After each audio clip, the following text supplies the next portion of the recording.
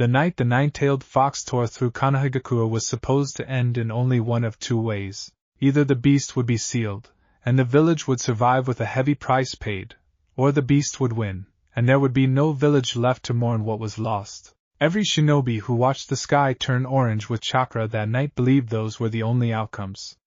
Every historian who wrote about it afterward believed the same thing. They were wrong. And if you've been with this channel for a while, you already know that when we say wrong, we mean it in the best possible way. Because tonight, we're rewriting one of the most pivotal moments in the entire Naruto timeline, and by the end of this video, you're going to understand exactly how a dying mother's last technique quietly broke the rules of Jinchuriki's sealing forever. If this is your first time here, welcome. Hit that subscribe button and ring the notification bell, because this series is going to take you somewhere the anime never dared to go. Now, let's rewind to the one moment that changes everything. The battlefield outside Konoha was silence and screaming at the same time. Above the tree line, a shade blotted out the moon, 9 tails whipping the air into hurricane winds, each swing of that colossal form leveling forest canopies that had stood for centuries. Below, in a clearing lit by dying torches and the last flickers of collapsing barrier seals, Kushina Uzumaki knelt in the dirt with her chakra chains dissolving around her like unraveling thread. She was not supposed to still be conscious. Extracting a tailed beast from a Jinchuriki's body was a process that should have killed her outright, and in every version of this story you've heard before, it very nearly did. But Kushina Uzumaki was not every version.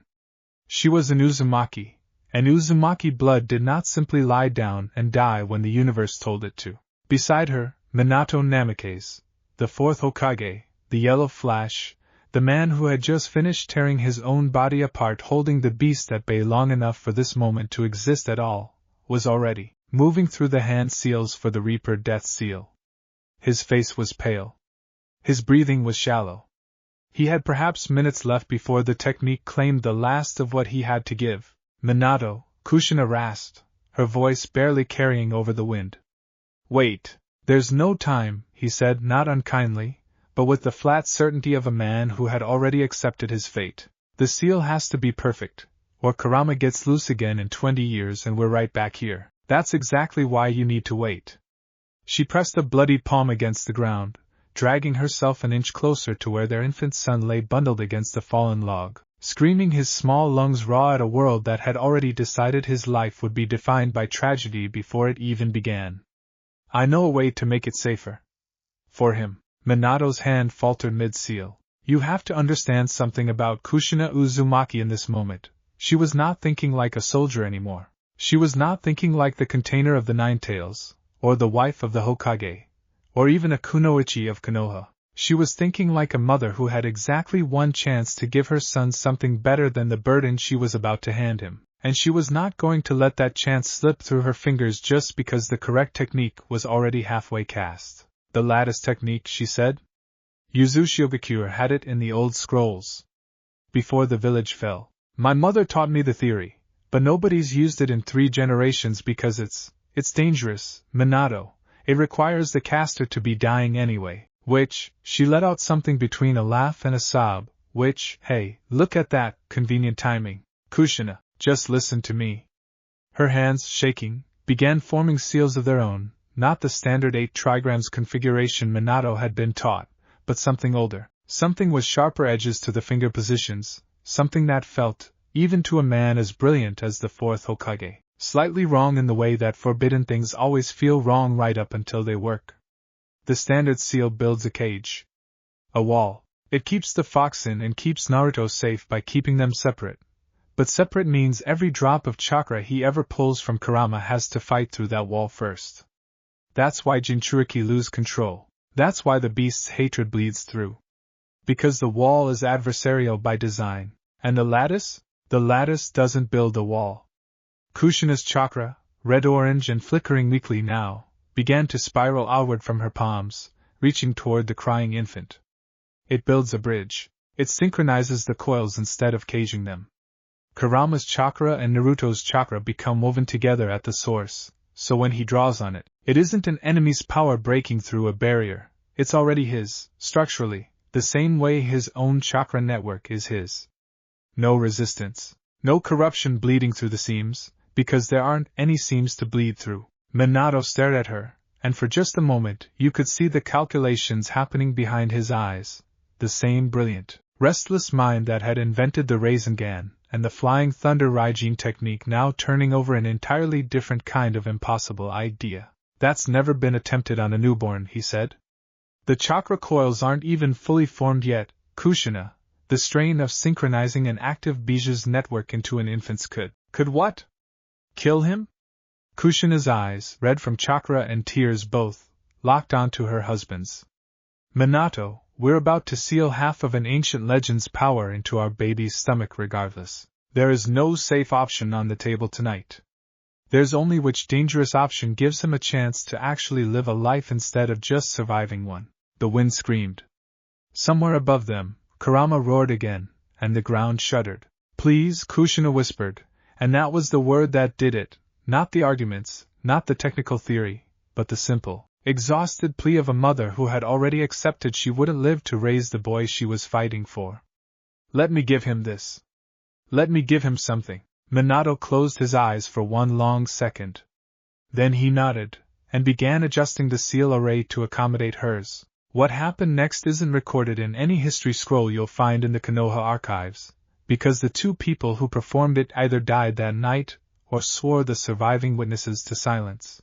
But we know the shape of it, because we know what it produced. Kushina's lattice technique wove itself into the 8-trigram seal at the exact moment Minato completed the Reaper Death seal, the two techniques overlapping like threads pulled through the same needle. Instead of Kurama's chakra being locked behind gates designed to hold the prisoner, it was interwoven directly into the developing structure of infant Naruto's own chakra coils, synchronized, not caged, partnered, not imprisoned. The process should have been impossible on a body that young. By every principle of sealing theory Minato had ever studied, it should have shredded Naruto's coils before they'd even finished forming, should have killed him in his mother's dying arms before either parent drew their last breath. It didn't. Maybe it was Uzumaki vitality, the same freakish resilience that let Kushina survive extraction long enough to argue sealing theory with her husband, while she bled out. Maybe it was something about Kurama's own chakra recognizing kinship in the whiskered, wailing infant that would carry a piece of him. Maybe it was simply that some techniques are stubborn enough, and some love is fierce enough, to bend the rules of what's supposed to be possible. Whatever the reason, the seal held. Naruto Uzumaki survived the night his parents died, and he survived it with something no Jinchuriki in recorded history had ever carried before, a genuine, structural bridge to his tenant's power, instead of a cage built to keep the two of them at war forever. Neither Minato nor Kushina lived to see what that bridge would eventually mean. But you're about to. 5 years passed the way 5 years always pass in Konoha.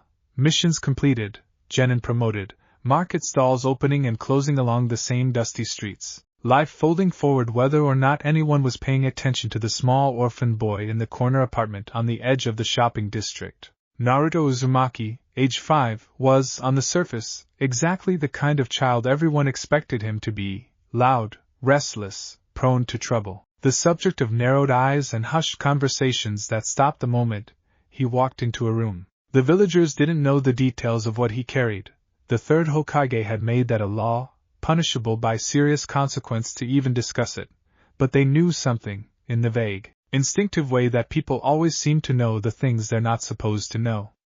Children picked up on their parents' unease. Parents picked up on the way certain shinobi tensed whenever the boy ran past. Naruto, for his part, mostly just wanted someone to play with. But here's where things start to diverge from the story you think you know. In the world you're familiar with, 5-year-old Naruto was chakra illiterate in every practical sense. A boy who wouldn't learn to properly mold chakra until his academy years, who would famously fail the clone technique exam not once but 3 times before finally graduating on a technicality. That Naruto's connection to Kurama was purely adversarial, a locked door in his mind he wouldn't even become aware of until his early genin years, guarded by a seal shaped like a cage with the tenant snarling behind bars. This Naruto's seal wasn't shaped like a cage, it was shaped like a bridge. And bridges, unlike cages, carry traffic in both directions. The first sign came on an otherwise unremarkable afternoon at the orphanage-adjacent daycare the village maintained for children without immediate family supervision, a place Naruto had been shuffled through. For years, tolerated more than welcomed by the rotating cast of caretakers assigned there. A boy named Kenji, 3 years older and significantly meaner than the rest, had cornered Naruto behind the swing set, the way older kids sometimes do when they've decided a smaller kid makes an easy target for the day's frustrations. Kenji shoved him. Naruto, small and stubborn, shoved back, and that's when it happened. Nobody who witnessed it that day fully understood what they'd seen.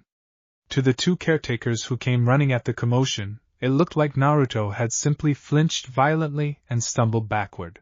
But for 1/2 second, one single, flickering half-second, the air around the 5-year-old had shimmered, the way heat shimmers above summer pavement, and the grass beneath his bare feet had visibly wilted brown in a perfect 2-foot circle. What was that?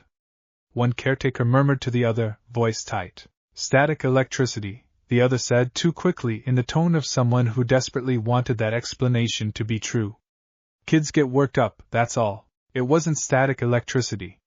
It was chakra, raw, unrefined, and leaking, the way pressure leaks from a pipe joint that isn't sealed quite right. Except in Naruto's case, the pipe joint wasn't a flaw. It was the lattice, doing exactly what Kushina had designed it to do 5 years earlier, allowing chakra to flow freely between 2 sources that should have been kept rigidly separate. The 3rd Hokage received a report about the incident within the week. He read it twice, set it down on his desk, and sat very still for a long moment before summoning one of his most trusted medical nin for a discreet consultation. I want a full evaluation, Hiruzen Sarutobi said. Quietly. No official record beyond what's necessary. And whatever you find, you report it to me first, and to no one else. If you've watched our earlier episode on Jinchuriki sealing theory, and if you haven't, go check that one out after this. It'll make the rest of this series click into place. You already know the basic mechanics of what a standard containment seal does. It builds a barrier. It keeps the tenant's chakra locked behind that barrier except in carefully controlled, deliberate release scenarios. The Jinchuriki has to essentially fight their way to that power, wrestling past a hostile presence that wants nothing more than to break free and burn the world down in the process. What the medical nin found, when she ran her diagnostic techniques over sleeping 5-year-old Naruto that night, made absolutely no sense according to that model. There was no wall. There was no gate straining against the furious prisoner. Instead, her chakra sensing technique showed something like 2 rivers running alongside each other, close enough that their currents occasionally brushed and mingled at the edges, not fighting, not merging into chaos, just coexisting, in a way that felt less like imprisonment and more like partnership. This isn't possible, she whispered to herself, running the diagnostic a second time to make sure she hadn't made an error. She hadn't. This isn't how the seal is supposed to work. She reported her findings to the Hokage the next morning, hands still faintly trembling from what she'd seen. Hiruzen listened without interrupting, his expression unreadable behind a curtain of piped smoke, and when she finished, he was quiet for a long moment. Kushina, he finally murmured, more to himself than to her. What did you do? He didn't have an answer. Not yet. But he had a theory forming, one that would take root and grow over the following 2 years as Naruto's small, unconscious displays of chakra sensitivity kept multiplying, each one a little more advanced than the last, each one a little harder to write off as coincidence. By age 6, the leaks had stopped being subtle. Naruto still didn't understand what was happening to him. How could he? No one had explained chakra theory to a child that young. No one had told him what a Jinchuriki even was, let alone that he happened to be one with an unusually cooperative tenant. All he knew was that sometimes, when he got really upset, or really excited, or really scared, something warm and orange-tinted seemed to rise up inside his chest and make things easier to run faster when the older kids chased him with intent to bully rather than play, easier to climb higher than any 6-year-old should be able to climb, easier, on one particularly memorable afternoon, to catch himself mid-fall from a tree branch that any normal child would have simply crashed through. He didn't know it was Kurama's chakra bleeding across the lattice to reinforce his own. He just knew that when things got hard, something inside him helped. And here's the detail that's going to matter more than almost anything else in this story. Because the connection was a bridge instead of a cage, that something wasn't just raw power leaking through at random.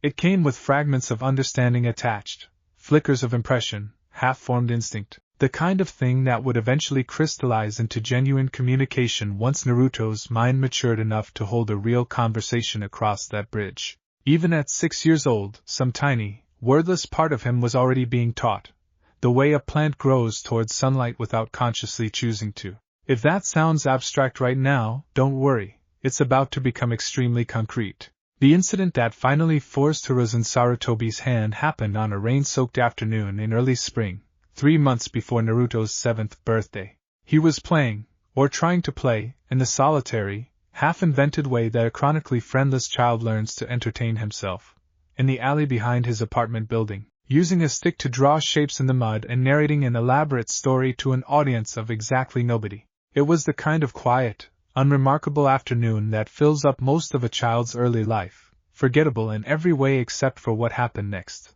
A pack of older kids found him. This wasn't the low-level bullying Naruto had grown used to, the shoving, the name-calling, the casual cruelty that comes from adults' whispered fears trickling down into their children's behavior. This was 4 boys, ages 9 to 11, who had apparently decided that a rainy day with nothing better to do called for cornering the orphan kid everyone's parents warned them about, and finding out just how much of a monster he really was. They didn't hurt him, not seriously, not in any way that would leave lasting physical marks. A shove here, a kick to the shins there, the kind of casual violence kids inflict on each other without fully understanding its weight. But it was frightening, and it went on long enough, and Naruto, cornered, alone, rain-soaked and increasingly desperate, did something that no 6-year-old, with or without a tailed beast sealed inside him, should have been able to do. He formed a hand seal. Nobody had taught him. That's the detail that would later send chills down the spine of every shinobi who eventually learned about this incident. Nobody had shown 6-year-old Naruto Uzumaki the cross-shaped hand seal for the shadow clone technique, a technique so chakra-intensive that even trained genin sometimes struggled to perform it without collapsing from exhaustion. He had never seen the seal formed. He had never been told the words. And yet, cornered and scared and reaching for something to make the fear stop, his hands moved through the correct configuration with the fluid, unconscious certainty of muscle memory that had somehow already been built. Kaige Bunshin no Jutsu. The words weren't even fully correct. His 6-year-old pronunciation mangled the syllables into something closer to a shout than a jutsu name. But it didn't matter. In a burst of chakra smoke that sent the 4 older boys stumbling backward in shock, Naruto Uzumaki produced not 1, but 3 perfect shadow clones. Not the wobbly, translucent, barely functional clones that Academy students would eventually struggle to conjure years later. Perfect clones. Solid, fully formed, chakra-dense copies that stood shoulder to shoulder with the original, all 4 of them glaring at the bullies with the same wide-eyed, adrenaline-fueled fury. The 4 older boys did not stick around to find out what happened next. They ran. And Naruto, small, soaked, and shaking, surrounded by 3 exact copies of himself that were already starting to dissolve back into smoke as his control lapsed under the weight of what he'd just done, sat down hard in the mud and started to cry, not from pain, but from the sheer overwhelming strangeness of what his own body had just done without asking his permission first. Word travels fast in a shinobi village, even when the people involved are only 6 years old.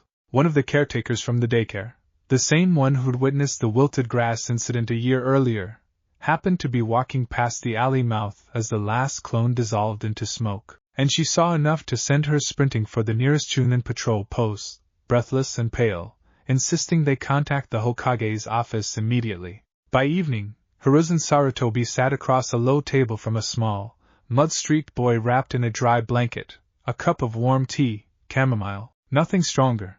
The old Hokage was careful about what he gave children, and careful in general about what this particular story would and wouldn't include, cradled in Naruto's still trembling hands.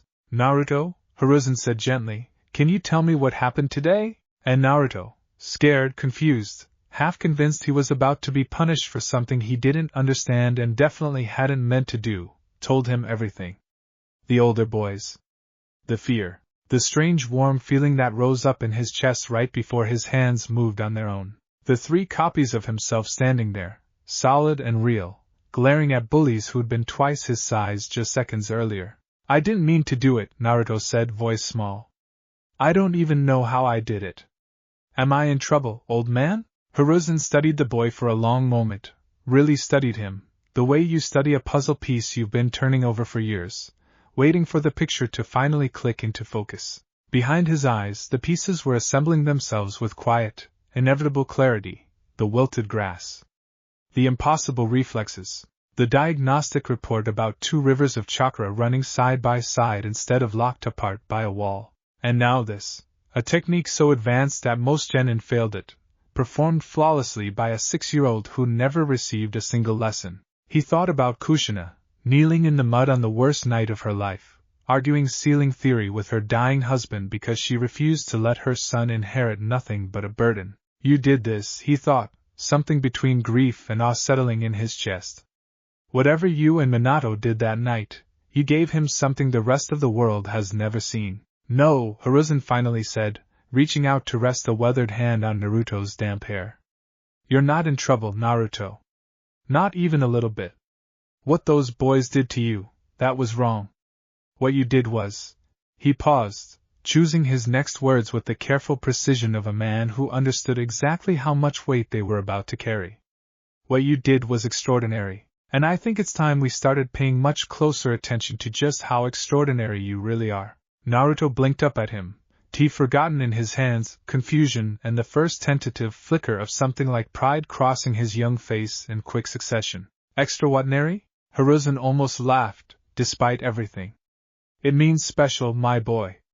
It means very, very special. That night, after Naruto had finally been coaxed to sleep in a spare room at the Hokage's residence, Hiruzen wasn't about to send a 6-year-old who just manifested S-rank ninjutsu back to an empty apartment. Alone, not after a day like today. The 3rd Hokage sat alone in his study with 3 separate reports spread across his desk. The wilted grass incident from a year prior, the medical needs impossible diagnostic findings, and now this. He thought about the Academy's standard enrollment age, 7 years old, sometimes 8.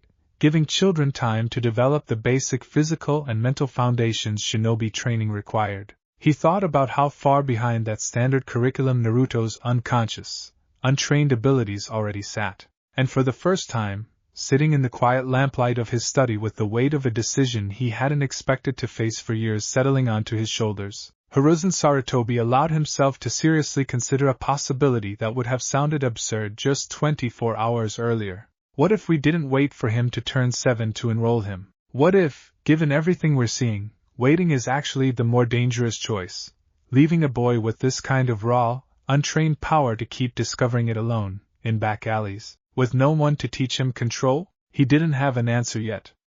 Not a final one. But somewhere in the back of his mind, a plan was already beginning to take shape, one that would, within the year, place a 6-year-old orphan into academy classrooms alongside children a full grade above him, and set into motion a chain of events that Konohagakure's shinobi hierarchy was nowhere near ready for. Elsewhere, in a place that existed only within the boundaries of Naruto's own mind, a place he wouldn't consciously visit for another several months yet, though its presence had been quietly shaping his instincts since the night of his birth, something vast and ancient stirred in the darkness, thinking, for the first time in a very long while, something that might have almost resembled interest. So, a voice rumbled, low and vast, in a mindscape no human eye had yet seen. The little one's starting to figure out how to use what's his. Kushina, you clever, reckless woman, let's see how far your gamble actually goes. It started with a fever. 3 days after the alley incident, 3 days after Hiruzen Sarutobi had sat across a low table from a mud-streaked, trembling 6-year-old and quietly begun rewriting the boy's entire future, Naruto woke up in the guest room of the Hokage's residence feeling like his skin had been replaced with hot coals. He's burning up, the medical nin murmured, pressing the back of her hand to his forehead before drawing it away sharply, as though the heat had genuinely surprised her. This isn't a normal fever. His chakra signature is spiking and receding in waves, almost like something inside him is recalibrating. Hiruzen, standing in the doorway with his hands folded behind his back, felt a familiar chill settle into his spine. Is he in danger? I don't think so, she said slowly, running her diagnostic technique over the boy's small, sweat-soaked form a second time. But whatever's happening, it's happening at a level I can't fully read. His vitals are stable. His chakra just, isn't behaving like a 6-year-old's chakra is supposed to behave. What neither of them could see, what no diagnostic technique in Konoha was equipped to detect, was that on the other side of Naruto's own consciousness, something was finally, deliberately, reaching across the bridge that Kushina had built 5 years and 10 months earlier. Kurama had watched Naruto's growth from the shadows for years now, passive, largely uninterested, the way a caged predator might watch dust motes drift through a shaft of light without particularly caring where they landed. The wilted grass, the impossible reflexes, even the shadow clones in the alley, all of it had registered as mildly curious background noise, nothing worth the effort of active engagement. But 3 perfect shadow clones from a 6-year-old, formed under stress with textbook precision he'd never been taught, that had gotten Kurama's attention in a way nothing had in years. The lattice is stabilizing faster than it should, the great fox thought, coiled in the endless dark of the seal, 9 tails shifting restlessly against a floor that existed nowhere and everywhere at once. Either the brat's chakra network is maturing at an absurd rate, or he's somehow drawing structure technique knowledge across the bridge without either of us consciously intending it. Kurama had lived for centuries. He'd been passed between Jinchuriki like a weapon changing hands, feared, hated, sealed and resealed, watched the world burn and rebuild itself more times than he cared to count. In all that time, he had never once encountered a container connected to him the way this particular brat was connected. No wall between them, no adversarial cage, just proximity. Closeness. A door that had never actually been locked in the first place, just left ajar because nobody had bothered, or been able, to shut it properly. Curiosity, Kurama decided, is an itch. And I am extremely tired of not scratching it. So, for the first time since the night of the ceiling, Kurama reached forward, not with malice, not with the desperate, clawing hunger for freedom that had defined every other interaction he'd had with the Jinchuriki's consciousness, but with something closer to intent. A pull, an invitation, if something as fundamentally proud as a tailed beast could be said to extend an invitation to anyone. Naruto's fever spiked one final time, and then, quietly, he stopped being awake in his own bedroom at all. The first thing Naruto noticed was the water. He was standing, or floating, it was hard to tell which, in a way that made his stomach twist uncomfortably, in ankle-deep water that stretched out in every direction under a low, oppressive stone ceiling, lit by nothing he could identify but somehow visible anyway. Pipes ran along the walls and ceiling like the veins of something enormous and slumbering, and the air smelled faintly of damp copper, the way the air smells right before a thunderstorm breaks. "Hello?" Naruto called out, his 6-year-old voice small and swallowed almost instantly by the vast, echoing dark. "Is anybody there? Old man Hokage?" No answer. Just the faint, distant drip of water somewhere far off in the tunnels, and beneath that, so quiet he almost missed it, something that might have been breathing. Naruto had never been a particularly cautious child.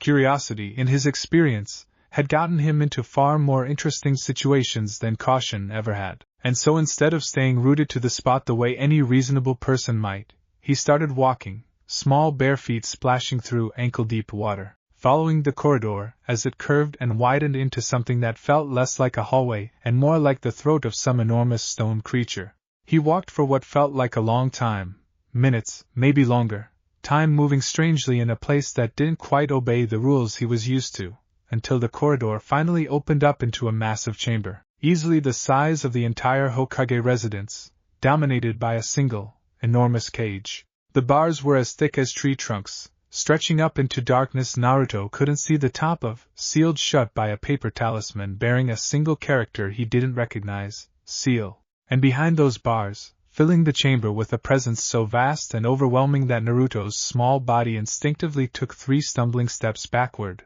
was a fox. Not a normal fox. Not even close. This thing was easily the size of a mountain, fur the color of dried blood and burning embers, 9 massive tails coiled and shifting behind it like separate, sentient creatures. 2 enormous red eyes, slit-pupilled and ancient, snapped open and fixed directly on him with the kind of focused, predatory attention that made every survival instinct Naruto possessed scream at him to run. He didn't run. He wanted to.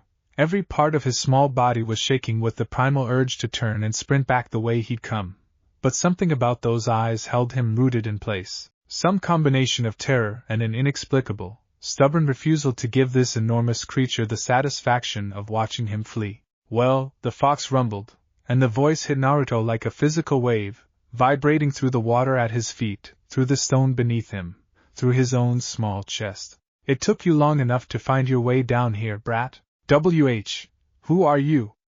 Naruto's voice came out smaller than he wanted it to, cracking slightly on the last word. The fox's massive lips pulled back from teeth the size of swords in something that might have been a smile, if smiles could also look like the promise of violence.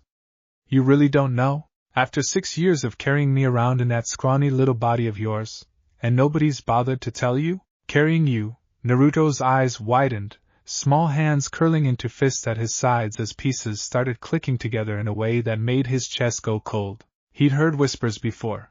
The way villagers went quiet when he walked past, the way certain shinobi looked at him like he was something to be feared rather than a kid who just wanted a bowl of ramen and someone to talk to.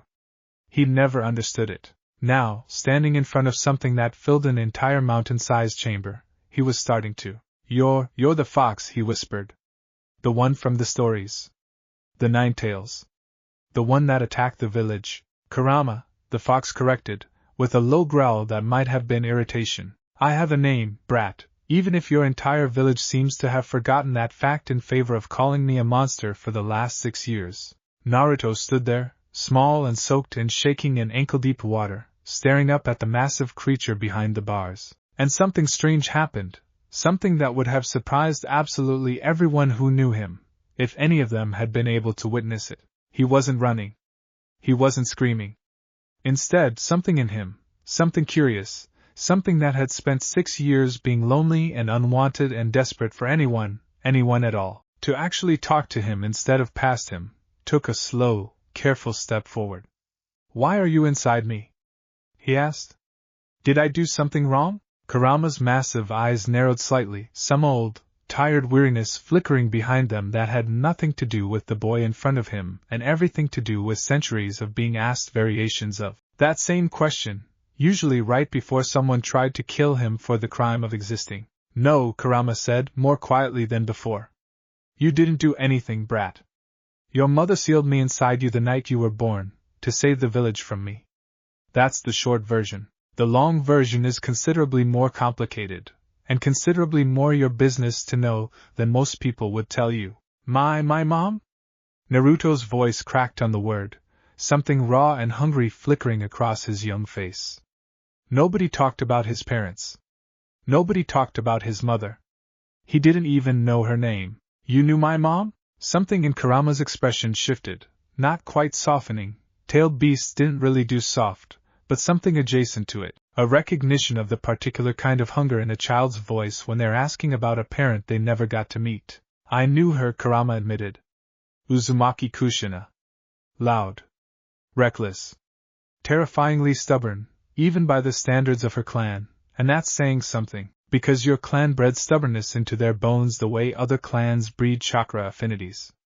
A low rumble that might have been something like fond exasperation. She's the reason you and I are having this conversation at all, 6 years earlier than either of us has any right to. If you've been following our earlier episodes in this series, you already know the significance of what Kurama just said, but for anyone just joining us, let's break it down clearly, because this is the detail that changes absolutely everything about how this story is going to unfold from here. In the original story, Jinchuriki and their tailed beasts existed in a state of permanent, structural hostility. The seal was built as a cage specifically because the relationship was assumed, correctly, in almost every historical case, to be adversarial by nature. The beast wanted freedom. The Jinchuriki's body was the prison keeping that freedom locked away. Communication, when it happened at all, happened through bars, through hatred, through decades of mutual resentment that occasionally, rarely, curdled into something like grudging respect only after years of forced proximity and shared trauma. Kushina's lattice technique broke that entire framework before it could even form. There was no adversarial cage here, just a bridge, built the night Naruto was born, connecting two chakra networks that had been synchronized rather than sealed apart. And because there was no wall to fight through, no decades of hatred to slowly erode, this conversation, a 6-year-old boy talking to his tenant for the very first time, was happening in a completely different emotional register than anything Kurama had ever experienced with a Jinchuriki before. He wasn't fighting for the boy's trust. He wasn't manipulating him towards some escape plan. He was just talking, and something about the novelty of that was clearly working on him in ways he probably hadn't expected. So you're stuck in here? Naruto asked, tilting his head as he studied the massive seal on the cage door. Behind that paper thing? For now, Kurama said. Until the day I'm not, one way or another. Does it hurt? Being locked up? The question caught Kurama off guard, genuinely off guard, in a way that made one of his massive tails twitch involuntarily. In centuries of imprisonment, across multiple Jinchuriki, across multiple villages and multiple generations of humans who feared and hated him in roughly equal measure, not a single one had ever thought to simply ask if it hurt. It's not comfortable, Kurama finally admitted, choosing his words with unusual care. But it's survivable. I've survived worse. That sounds lonely. Brat, you have no idea. Naruto sat down, cross-legged in ankle-deep water in front of a cage holding a creature powerful enough to level mountains, with the fearless, oblivious confidence that only a 6-year-old who genuinely didn't understand the scale of danger he was in could manage. I know about lonely, he said matter-of-fact, the way kids sometimes are about their own pain, not realizing yet how much weight the words carry. Nobody really likes me either. The other kids don't want to play with me, and the grown-ups look at me funny, and I don't really got any family, so... He shrugged, small shoulders rising and falling. Guess we're both stuck being lonely, huh? Kurama stared down at him for a long moment, this small, soaked, impossibly stubborn child, sitting cross-legged in front of the cage of a being who had, by every reasonable measure, ended his mother's life and orphaned him in the process, and instead of hatred or fear, offering something that sounded almost like solidarity. It should have been absurd. It should have been the kind of naivety that got children killed in a world as dangerous as the shinobi world. And yet, yes, Kurama said slowly, the word feeling strange in his mouth after so many centuries of not saying it to anyone. I suppose we are. They talked for a long time after that, or what felt like a long time, in the strange, elastic way time moved inside a mindscape. Kurama, despite every instinct telling him this was foolish, despite centuries of carefully cultivated bitterness toward the entire concept of Jinchuriki, found himself answering the boy's endless stream of questions with far more patience than he'd expected to have available. Naruto wanted to know everything. What Kurama's world had been like before the sealing, whether he had any friends of his own, a question that made the great fox go uncharacteristically quiet before admitting, gruffly, that he had 8 siblings scattered across the world, each of them sealed into their own Jinchuriki, and that he hadn't seen any of them in longer than Naruto had been alive. Whether being a fox meant he liked to run fast, he did, as it turned out, though admitting it seemed to cost him some measure of dignity. And eventually, inevitably, the conversation turned toward the strange things that had been happening to Naruto over the past year, the wilted grass, the impossible reflexes, the shadow clones in the alley that had sent 4 older bullies running scared. That was you, wasn't it? Naruto asked, eyes narrowing with the particular suspicion only a child can muster. The warm feeling. When I made those copies of myself. That was you helping. Not exactly helping, Kurama corrected, though the correction lacked real conviction. Your mother built something unusual into that seal of yours, brat. Most Jinchuriki are locked away from their tenant's chakra behind a wall, have to fight past it, wrestle it into submission, usually lose control and let it corrupt them in the process because that's what happens when you try to force 2 hostile things to cooperate. You don't have a wall.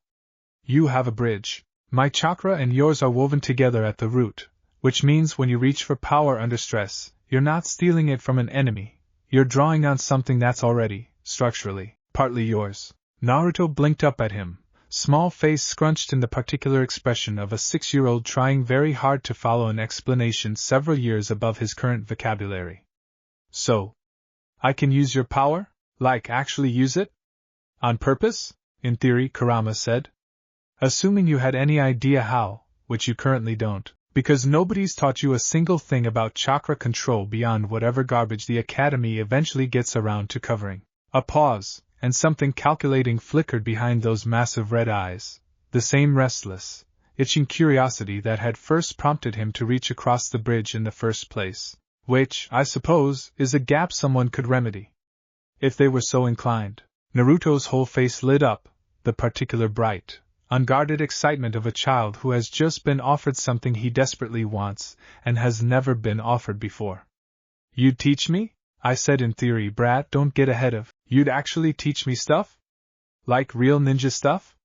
"Nobody teaches me anything. The other kids' parents show them clan techniques and I don't got anybody to show me anything, and the academy doesn't even start for me for another year, and, Naruto." Kurama's voice cut through the rambling excitement with surprising firmness, and it took the fox a half-second to register that he'd used the boy's actual name for the first time, rather than the dismissive brat he'd been favoring, though he chose not to examine that detail too closely just yet. "Listen to me. If I do this, if I actually start teaching you how to draw on this connection deliberately instead of it just leaking out of you every time you get scared or excited, it is not going to be easy. It is not going to be fun. Chakra control is not a game, and the kind of chakra you'd be learning to control isn't the gentle, forgiving kind. It's mine, it's old, and it's vast, and if you get sloppy with it, it will hurt you far worse than any bully in an alleyway ever could." Naruto's excitement dimmed slightly, replaced by something more serious, an expression that looked strange on such a young face, but not entirely unfamiliar to anyone who'd spent time around children forced to grow up faster than they should have. "I'm not scared," he said quietly but firmly. "I want to be strong. I want to be strong enough that nobody looks at me like I'm gonna hurt them.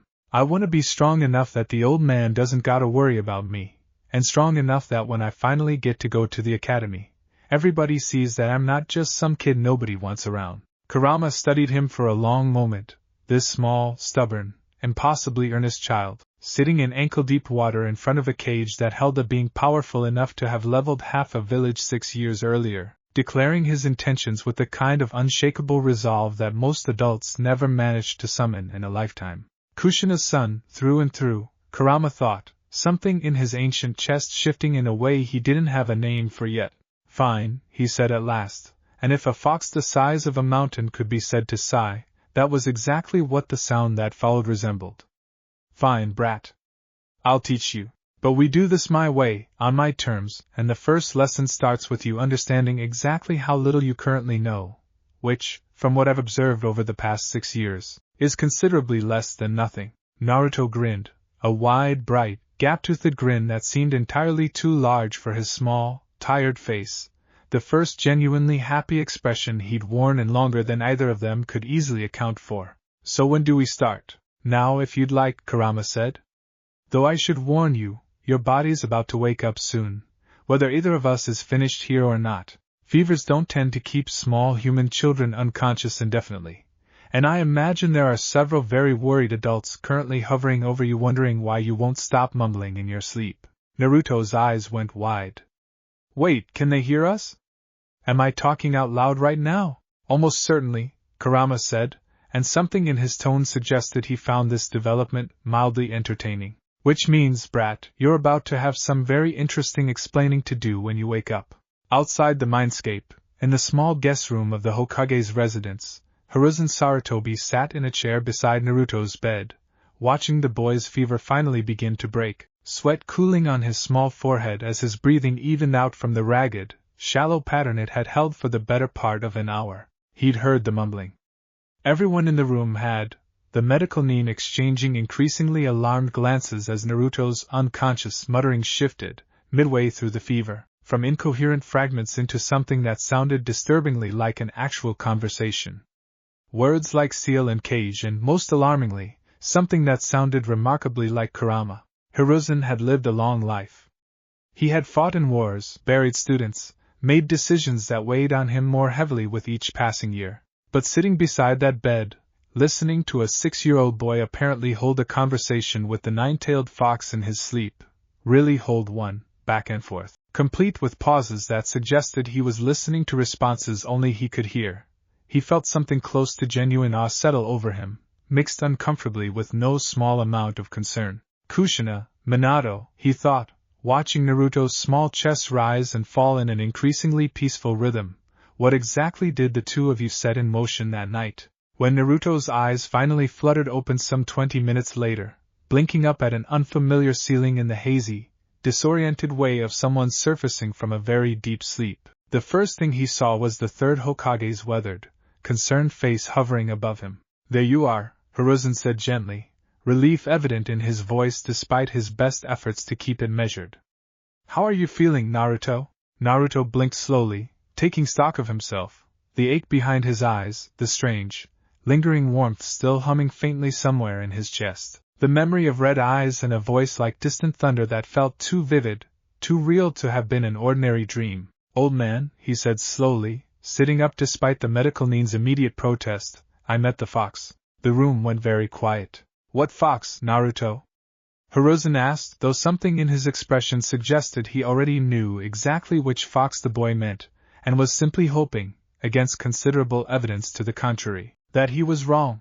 The big one, Naruto said, entirely too casual for the gravity of what he was describing, swinging his small legs off the side of the bed despite everyone in the room clearly wanting him to stay put. The one from inside me. Kurama. He's actually pretty cool once you get past the giant scary teeth thing. He says he's gonna teach me stuff. Ninja stuff. Chakra stuff. He looked up at Hiruzen with wide, earnest blue eyes, entirely unaware of the seismic shift his casual words had just triggered in the old Hokage's understanding of the situation. Is that okay? Can he teach me things? He said it'd be really hard, but I want to get strong, old man. I want to get really, really strong. Hiruzen Sarutobi stared down at the small boy in front of him, orphaned, unloved by a village that feared what he carried without ever bothering to know the child himself, and now, apparently, on speaking terms with the very being responsible for that fear, and felt the last of his uncertainty about the plan slowly forming in the back of his mind solidify into something closer to resolve. If the beast is willing to teach him, he thought, and if the connection between them is truly as unprecedented as our reports suggest, then perhaps the boy doesn't need to wait a year for the academy to start teaching him what he needs to know. Perhaps, given everything unfolding here, waiting would be the greater risk. Naruto, he said slowly, choosing his next words with the same careful precision he'd apply to any decision of significant consequence, how would you feel about starting at the academy early? Naruto's whole face lit up with an intensity that outshone even the fever flush still coloring his cheeks. Really? For real? For real, Hiruzen confirmed, a small, tired smile finally breaking through his concerned expression. I think, given everything we're learning about you, it might be exactly what you need. That night, after Naruto had finally settled back into an easier, dreamless sleep, and after the medical Nin had departed with a report full of questions she wouldn't be able to fully answer for years, Hiruzen sat alone once more in his study, staring at a blank scroll he intended to use for a new, carefully worded directive. Effective immediately, he began writing, Naruto Uzumaki is to be enrolled in the Academy's incoming class, 6 years of age, under provisions granted by Hokage authority in cases of demonstrated exceptional aptitude. He paused, pen hovering over the parchment, thinking of a boy standing cross-legged in front of a cage holding the most dangerous creature in the world, treating the encounter less like a nightmare and more like the first real friendship he'd ever been offered. Whatever you two built that night, he thought, glancing toward the window and the moonlit rooftops of the village beyond, I hope, for both your sakes, that it's strong enough to carry the weight of what's coming. Elsewhere, in the depths of a mindscape no longer quite so lonely as it had been that morning, Kurama settled back against the stone floor of his cage, 9 tails curling loosely around himself in something that almost resembled contentment, and allowed himself, for the first time and longer than he cared to admit, something dangerously close to hope. Let's see what you can become, little Uzumaki, he thought, closing his massive eyes. Let's see just how far this bridge of yours can really carry you. The morning of Naruto's first day at the academy arrived gray and overcast, the kind of low, heavy sky that made the whole village feel smaller than it actually was. Hiruzen Sarutobi walked him there personally, not something the Hokage typically did for incoming students, but given the unusual circumstances of this particular enrollment, he decided the extra visibility of his own presence might do more good than harm. A silent message to anyone who might otherwise feel emboldened to make trouble for the boy. The Hokage is watching this one closely. Naruto, for his part, was practically vibrating with excitement, tugging at the sleeve of a new Academy standard jacket 2 sizes too big for his small frame, chattering the entire walk about what he imagined the Academy would be like. Are we gonna learn the fireball jutsu on the first day? Iruka-sensei, that's my teacher, right, old man? Is he gonna show us cool stuff right away, or is it gonna be boring first, like reading and stuff? You'll likely start with fundamentals, Hiruzen said, amusement warming his weathered voice despite the underlying tension he was carefully not showing. Chakra theory. History. The things every shinobi needs before they're ready for techniques. Boring first, then, Naruto concluded, unbothered, already looking ahead toward the academy building rising into view at the end of the street. That's okay. Kurama says I gotta learn the boring stuff too if I wanna understand the fun stuff properly. Hiruzen's step faltered slightly. Even now, 3 weeks after the fever dream that had appended everything he thought he understood about the boy walking beside him, hearing Naruto reference his tenant with the same casual familiarity he might use to talk about a favorite teacher still sent a small chill down his spine. Not fear, exactly. Something closer to the particular unease of watching history rewrite itself in real time, and not being entirely certain where the new draft was heading. Just remember what we discussed, Hiruzen said quietly, crouching briefly to Naruto's eye level as they reached the academy gates. What you and Kurama talk about, what you're learning from him, that stays between us for now. Not because it's shameful, Naruto, because some things need time before the world's ready to understand them properly. And I don't want anyone treating you differently before they've had the chance to know you first. Naruto nodded seriously, the kind of solemn, oversized nod that 6-year-olds give when they want adults to know they're taking something very important very seriously. Our secret. Got it, old man, good boy. Hiruzen straightened, resting a hand briefly on Naruto's unruly blonde hair. Now go on. Make me proud. The classroom Naruto walked into a few minutes later was already half full, 7-year-olds clustered in small groups around wooden desks, chattering in the particular nervous, excited register of children on the first day of something new and slightly frightening. Most of them, Naruto noted with a small flicker of unease, seemed to already know each other. Clan kids from families who'd been sending children to this academy for generations, kids whose parents had probably been swapping playdates and training tips since before any of them could walk. He didn't know anyone. He'd expected that, more or less. The daycare hadn't exactly been a hotbed of friendship for him either, but knowing something intellectually and feeling it settle into your stomach as you stand in a doorway are two very different experiences.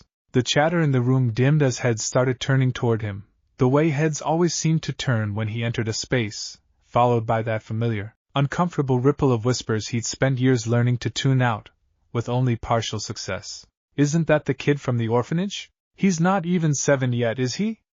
I heard he's only 6. Why is he even here? Doesn't the academy start at 7? Naruto's shoulders tightened, the reflexive urge to grin too wide and laugh too loud rising up the way it always did when he felt exposed. The practiced armor of a kid who'd learned early that looking unbothered was easier than admitting how much the whispers actually stung. He found an empty desk near the back corner of the room and dropped into it, staring straight ahead, willing himself not to look at the sea of curious, skeptical faces turned in his direction. They don't know anything, he told himself, echoing, without quite realizing it, a low rumble of a voice that had started becoming a familiar presence in the back of his mind over the past few weeks. They'll figure it out eventually. That's the spirit, brat, Kurama's voice murmured, faint but present, a steady thread of warmth beneath the anxious churn of Naruto's thoughts. Though I'd suggest not scowling quite so hard. Makes you look like you're constipated rather than intimidating. Naruto had to bite back an actual laugh at that, which at least had the side effect of making his expression look considerably less murderous than it had a moment earlier. Iruka Umino arrived a few minutes later, a stack of scrolls balanced against one hip. The particular harried energy of a young Chunin instructor still relatively new to teaching and not yet fully accustomed to the chaos that a room full of 7-year-olds could generate. He was 22 years old that year, young enough that some of his older colleagues still occasionally mistook him for a student himself, old enough that he'd already developed the patient, steady classroom presence that would eventually make him one of the most respected instructors the academy had. He'd been teaching for barely 2 years, and he still carried a healthy amount of anxious perfectionism about getting every detail of the job right, which was exactly why the note he'd received from the Hokage's office 3 days earlier had thrown him into a small, private panic that he was still not entirely recovered from. A 6-year-old student, enrolling 1 year ahead of standard age, on direct authorization from the Hokage. Please extend appropriate accommodation and report any concerns directly to my office. H. Sarutobi. Iruka had read that note approximately 15 times, trying to parse exactly what appropriate accommodation was supposed to mean in practice, and had arrived at no satisfying answers. Early enrollment wasn't entirely without precedent. Clan prodigies occasionally started a year or 2 ahead of standard timing, when their families could demonstrate sufficient foundational training to justify it. But those students almost always came in with clan backing, private tutoring, some kind of head start that made the early enrollment a formality rather than a genuine risk. This was different. This was an orphan with no recorded formal training, enrolling a full year early on nothing but the Hokage's personal say-so, and Iruka had absolutely no idea what to expect when he called roll that morning and got to a name he'd been quietly dreading since he first read that note. Uzumaki, Naruto, he called, scanning the room. A small hand shot up from the back corner, along with a loud, cheerful "here." That carried considerably more confidence than the boy attached to it currently felt. Iruka's eyes found him, small, even by the standards of 6-year-olds, blonde hair sticking up in every direction, an oversized jacket hanging off narrow shoulders, blue eyes meeting his own with a mixture of defiance and hope that Iruka would spend years afterward describing as one of the most immediately memorable things about the boy who would go on to define much of his career. So this is him, Iruka thought, making a small mark on his roster and moving on to the next name, doing his best not to let his private uncertainty show on his face. Let's see what all the fuss is about. The first few days passed in a blur of fundamentals, chakra theory delivered in careful, age-appropriate simplicity, basic history of the 5 great nations, the kind of foundational classroom work that made up the bulk of an academy's students' early education long before any actual technique training began. Naruto struggled through the reading and writing components in ways that would have surprised absolutely no one who'd known him before the academy. He'd never had anyone consistently sitting him down to practice his letters, and it showed, his handwriting a chaotic scrawl that made even patient instructors wince slightly when grading his work. History bored him almost to tears, names and dates sliding out of his memory almost as fast as they went in, no matter how hard he tried to hold on to them. But the chakra theory sections, the parts of the curriculum most 6 and 7-year-olds found driest and most abstract, endless discussions of coil structure and the theoretical mechanics of chakra circulation, Naruto absorbed like he'd been waiting his entire short life for someone to finally explain these concepts to him in a language he could understand, which, in a way that none of his classmates, or even Iruka himself yet fully understood, he had. Pay attention to this part, Kurama would murmur during particularly dense lecture segments, his voice a low, steady presence threading through Naruto's thoughts. This is the part your academy instructors will get slightly wrong, incidentally. Chakra doesn't circulate in a single unified loop the way they're describing it. It's closer to a network of interconnected pathways, more like, imagine a river delta rather than a single stream. Why would they teach it wrong? Naruto would think back, careful to keep his expression neutral while internally holding an entirely separate conversation. Because most shinobi never developed the sensory refinement to actually perceive the difference, Kurama replied, something like dry amusement coloring the thought. The simplified model works well enough for training purposes. You, on the other hand, happen to have direct access to a rather more advanced perspective on the subject, courtesy of yours truly. It was strange, learning 2 curricula simultaneously, the official one delivered aloud by a patient, slightly overwhelmed young chunin at the front of the classroom, and the unofficial one running underneath it, delivered in a low, ancient rumble that only Naruto could hear. But strange or not, the combination was working in ways that started becoming impossible to ignore within the first 2 weeks. The first real crack in the classroom's collective skepticism came during a routine chakra sensing exercise in the second week, a simple drill where students were asked to hold their hands over a small dish of water and try to detect the faint ripples caused by minute chakra emission, a foundational exercise meant to help young students start developing basic awareness of their own chakra presence. Most students in the room, 7-year-olds with little to no prior chakra training, produce results ranging from nothing at all to faint, barely perceptible tremors after several minutes of visible strain and concentration. Naruto produced a ripple pattern so precise and controlled that the water in his dish formed a small, deliberate spiral before he'd even finished a full minute of concentration. Iruka, moving down the row of desks to check on his students' progress, stopped dead in front of Naruto's dish, staring at the neat, controlled spiral with an expression that shifted rapidly from professional assessment to genuine, startled surprise. "Uzumaki," he said slowly, "how long have you been practicing chakra control exercises?" Naruto blinked up at him, entirely unaware that he'd done anything unusual. Since school started, sensei? Like everybody else?"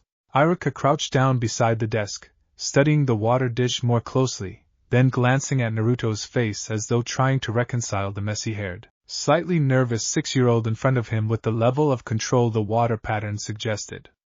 Naruto, this is genuinely advanced work.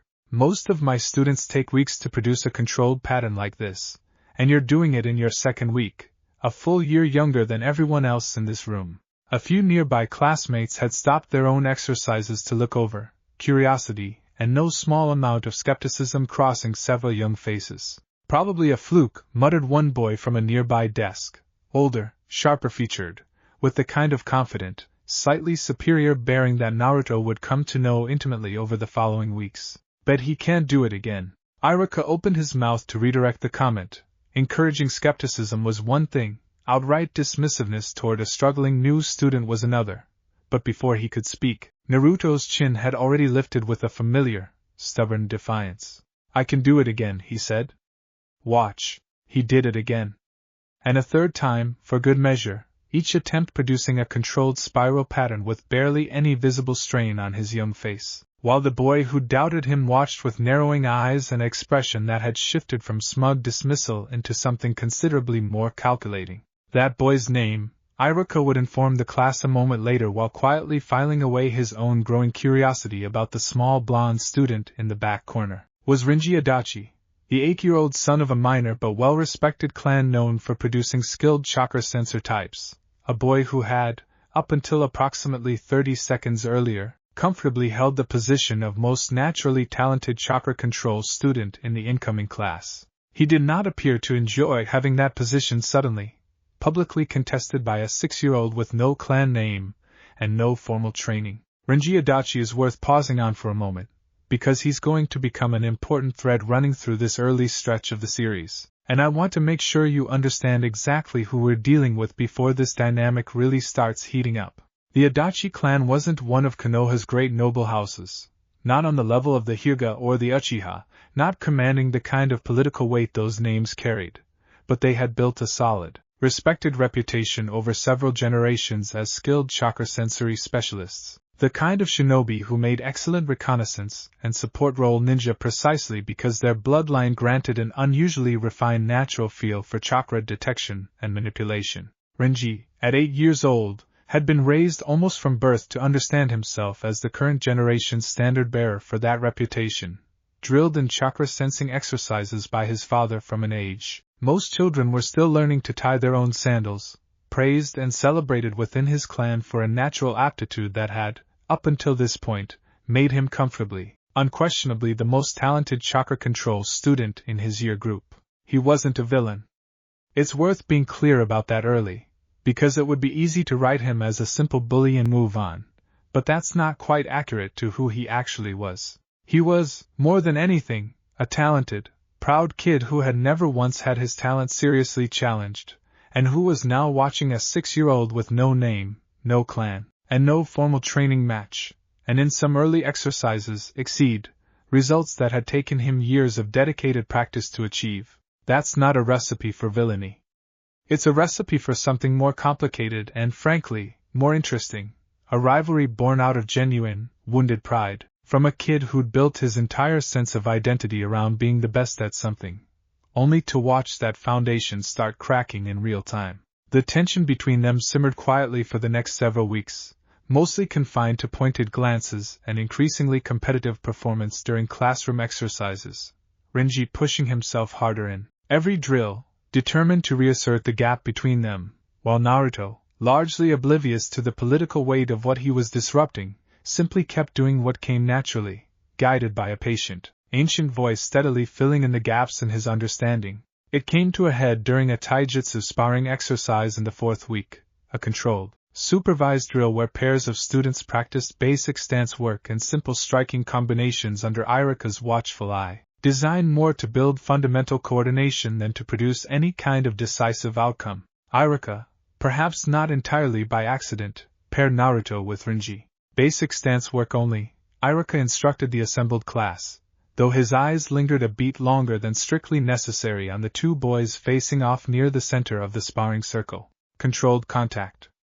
This is about form, not about winning. Renji dropped into a textbook perfect stance, years of clan-trained discipline evident in every line of his young body, a small, confident smile playing at the corner of his mouth.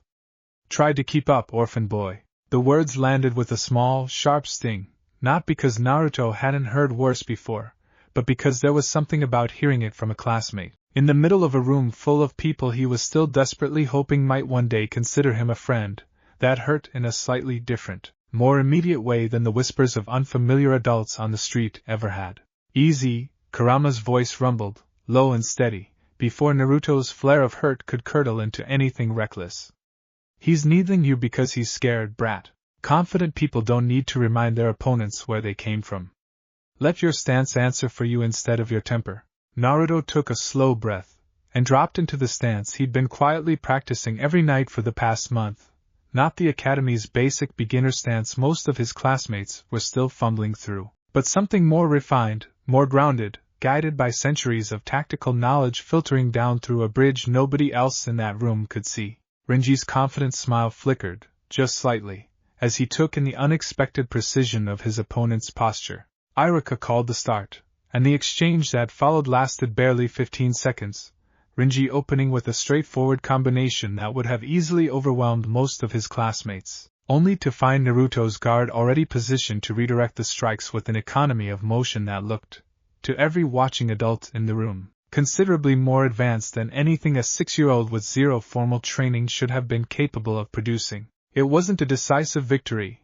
Irika called the exercise to a halt before either boy could land anything resembling a genuinely solid hit, mindful of the supervised, controlled nature of the drill, but it didn't need to be decisive.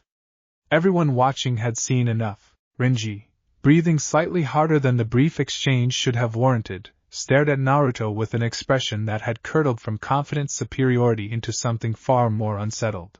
Where did you learn that stance? He demanded, quiet enough that only Naruto could really hear him. Naruto, still riding the small, unfamiliar thrill of having actually held his own against someone who'd spent the past month treating him like an obvious inferior, just shrugged, unable to explain the truth even if he'd wanted to. Dunno. Just kinda came to me, I guess. It was, in its own small way, the truth.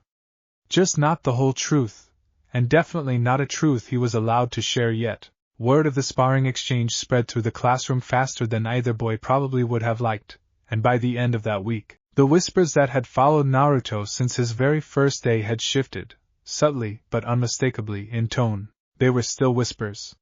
He was still, in many ways, the outsider in that room, the orphan without a clan name, the boy a year younger than everyone else, the kid whose background nobody quite understood, and whose sudden competence nobody could easily explain.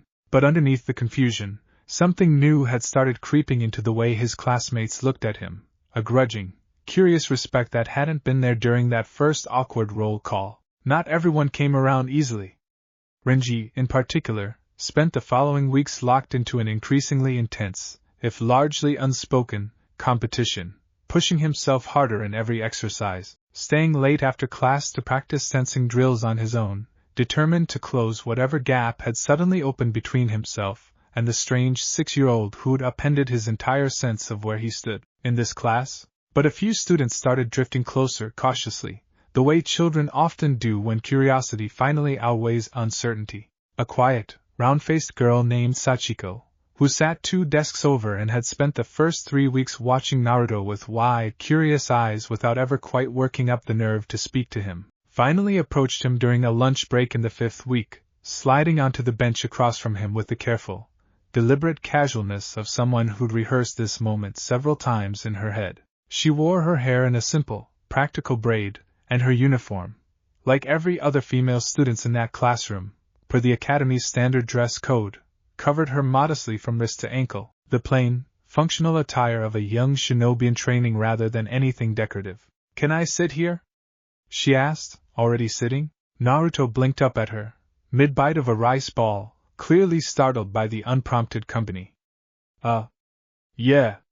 Sure. That thing you did in sparring practice," she said, getting straight to the point with the blunt directness only a 7-year-old can really pull off.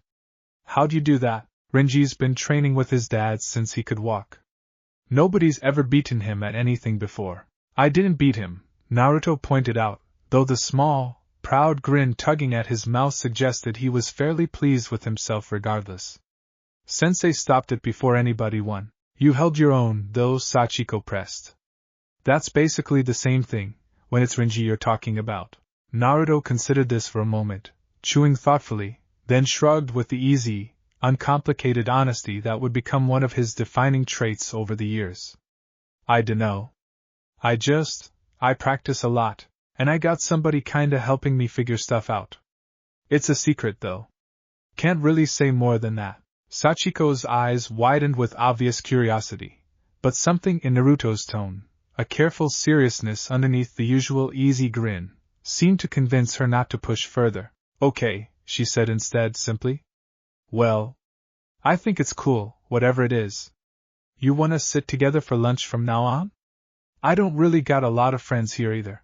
And just like that, sitting on a worn wooden bench in the Academy's small courtyard, 6-year-old Naruto Uzumaki made his first real friend since starting school, a small, unremarkable moment that wouldn't register as significant to almost anyone watching, but which meant more to the boy at the center of it than any amount of impressive chakra sensing results ever could.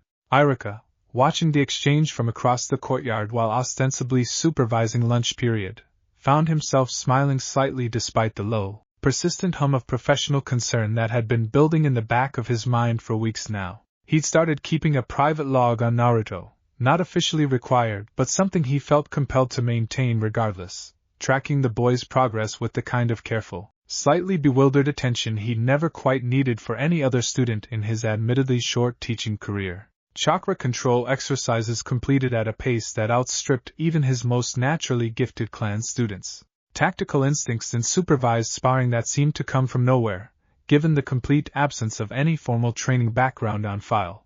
A raw hunger to learn that Irika found genuinely moving, once he got past his initial professional wariness.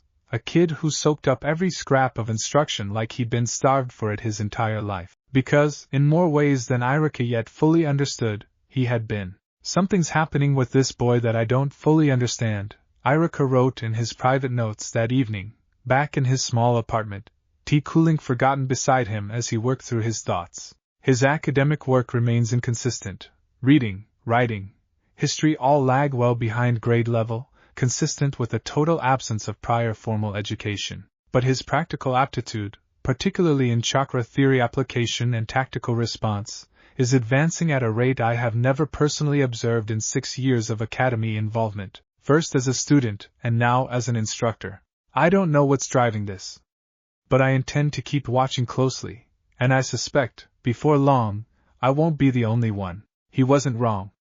Within the Academy's small faculty lounge, whispers about the unusual 6-year-old in the incoming class had already started circulating among the other instructors, some dismissive, assuming exaggeration or clan favoritism behind the Hokage's unusual enrollment authorization, others, like the aging taijutsu instructor who'd personally observed the sparring exchange with Renji, considerably more intrigued.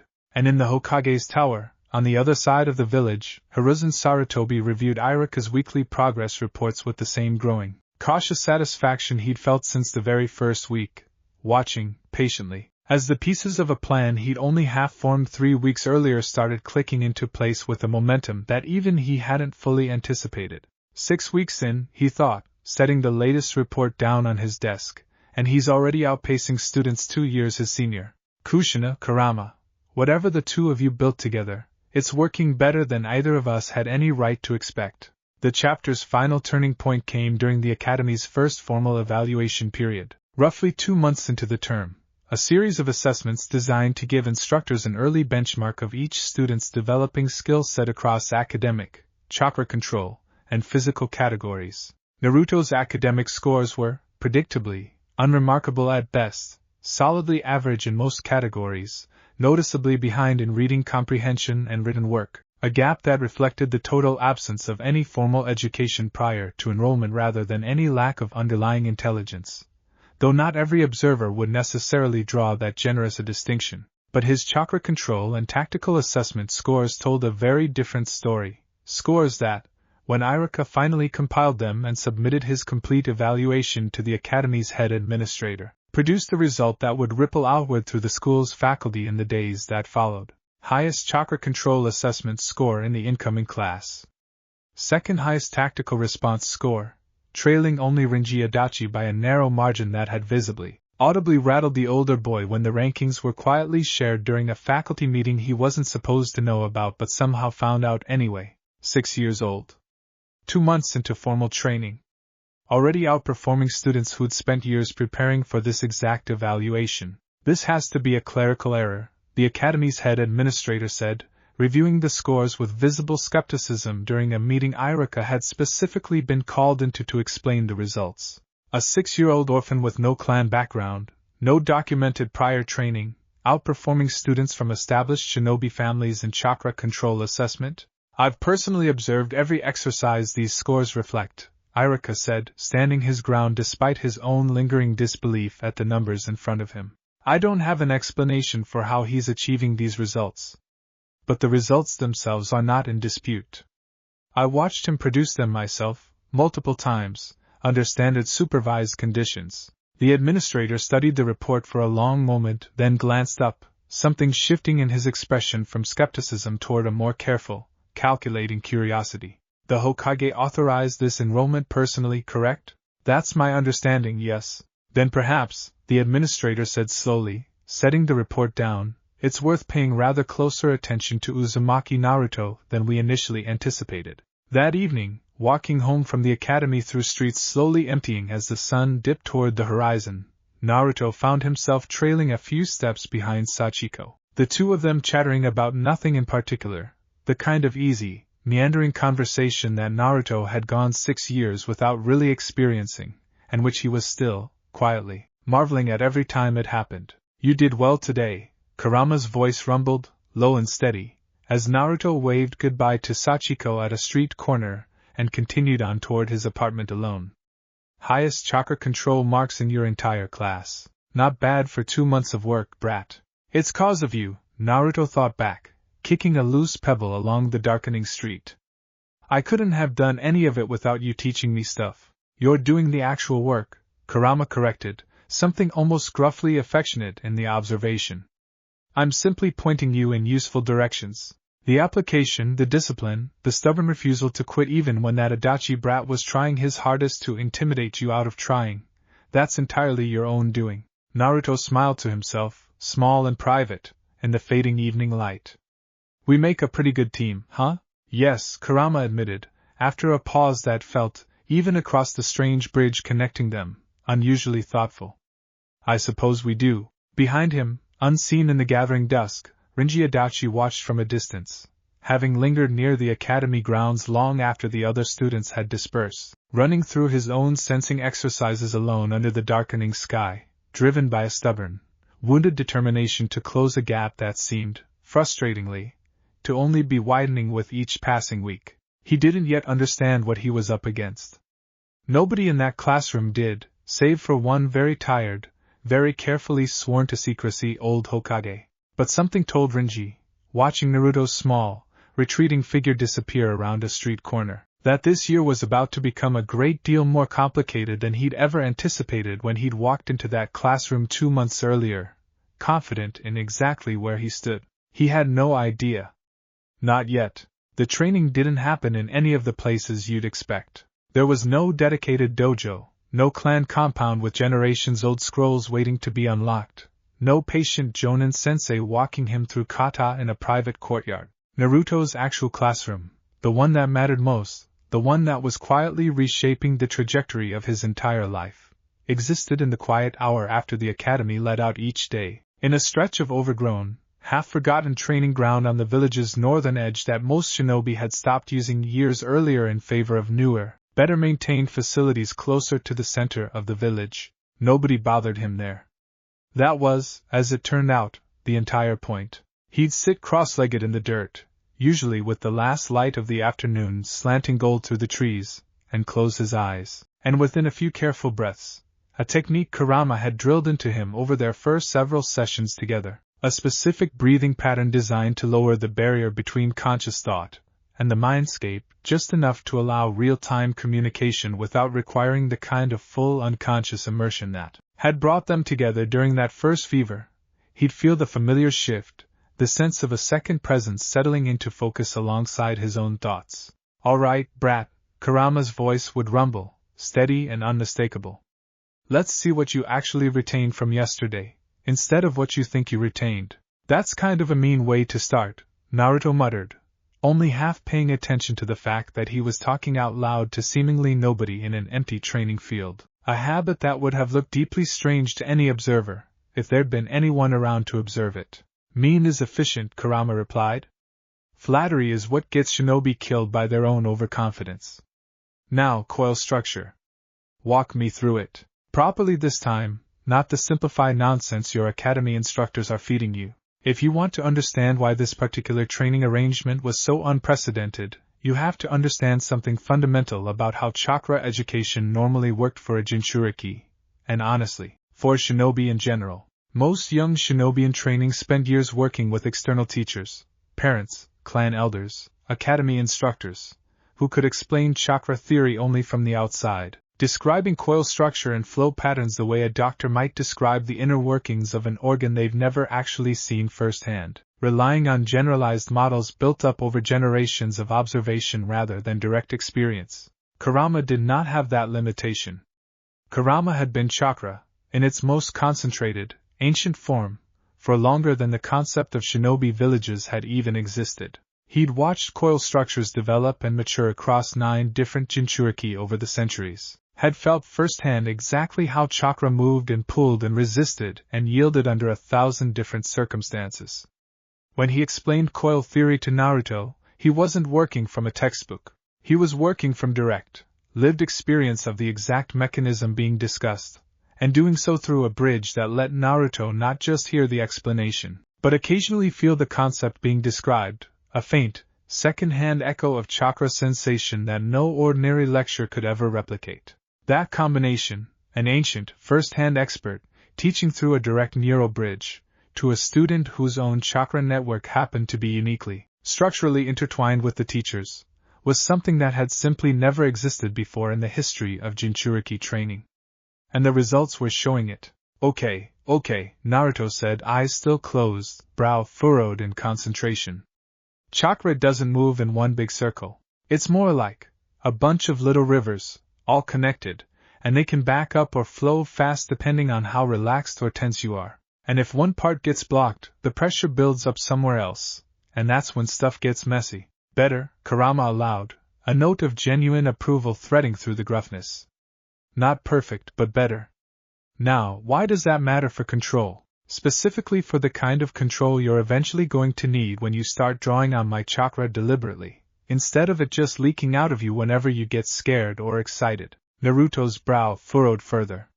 Because, if my own rivers are already kinda backed up or tense, then trying to add your chakra on top of that would be like pouring more water into pipes that are already too full? Exactly. Something that might have been genuine pride rippled through the connection. Which is why every session we've done so far has focused almost entirely on your own baseline control before we've touched anything resembling my chakra directly. You cannot build a bridge across unstable ground, brat. The wider and more reliable your own foundation, the more of my chakra you'll eventually be able to draw without it overwhelming your system. This is worth pausing on, because it's the single most important piece of context for understanding everything that's about to happen over the rest of this series. If you've watched our earlier deep dive on Jinchuriki mechanics, you already know the general rule that governs tailed beast chakra usage across the Naruto universe. Most Jinchuriki can only safely access roughly 10% of their tenant's total chakra before the strain of the adversarial seal starts causing serious problems: corruption, loss of rational control, the tenant's hatred bleeding through and warping the Jinchuriki's own personality and judgment.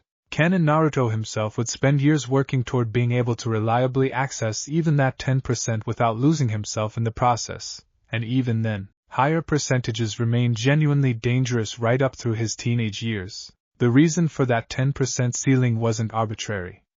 It came directly from the adversarial structure of the standard seal, a cage holding back a hostile prisoner, meaning every percentage point of chakra a Jinchuriki drew had to be actively wrestled away from a tenant who, in most cases, genuinely wanted them to fail, wanted the corruption to take hold, wanted any excuse to either escape or watch their container burn from the inside out. Naruto's seal didn't have that problem.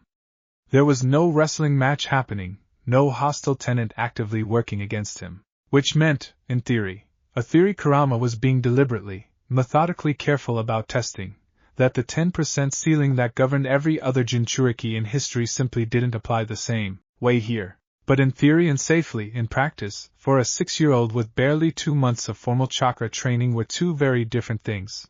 And Kurama, for all his gruff impatience, was not remotely reckless about the gap between them. "We are not rushing this," he told Naruto flatly, during one of their earliest sessions, when the boy's excitement about eventually accessing the cool fox power had gotten a little too far ahead of his actual readiness.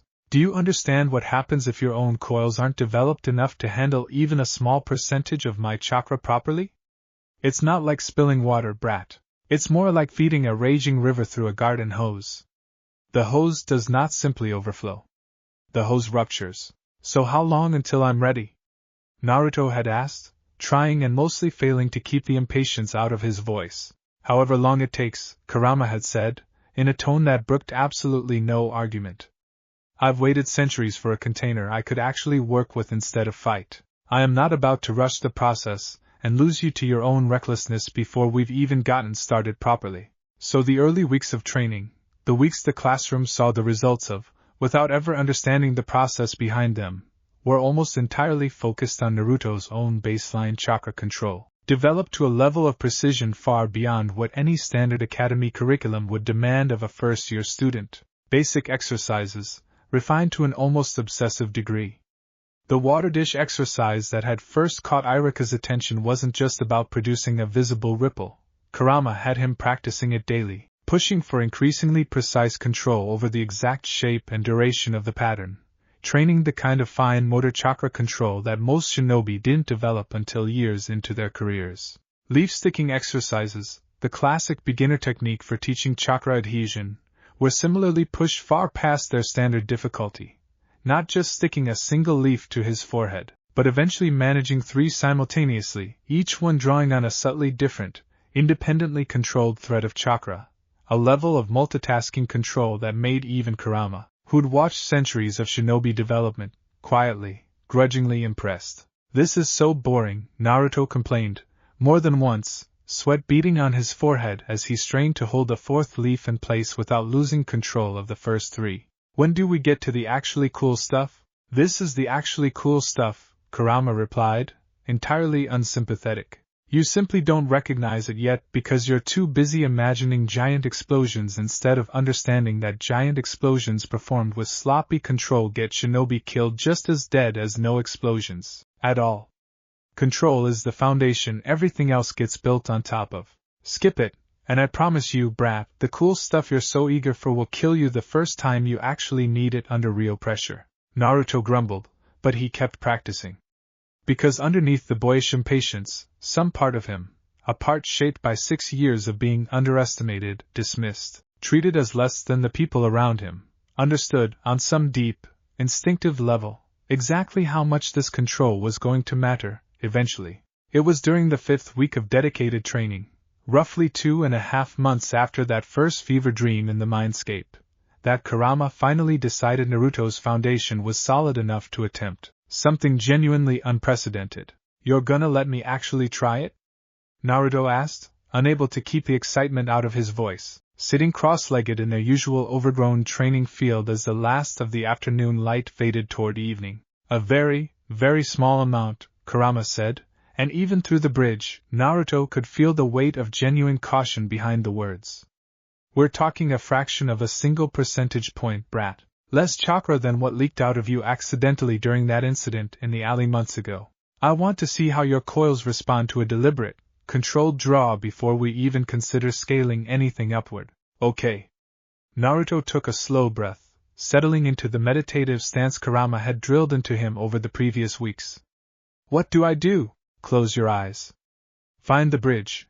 You know what it feels like by now, that warm thread running alongside your own chakra pathways. Don't reach for it aggressively. Don't grab. Just open the door gently, the way you'd crack a window rather than kick down a wall." Naruto did as instructed, focusing inward, searching for the familiar warm presence he'd learned to recognize over the past 2 months of quiet mental conversation. He found it easily enough. It was always there, now, a low, steady hum in the back of his awareness, as familiar by this point as his own heartbeat. "Now," Kurama said, quiet and focused, "gently, pull just a thread of it forward.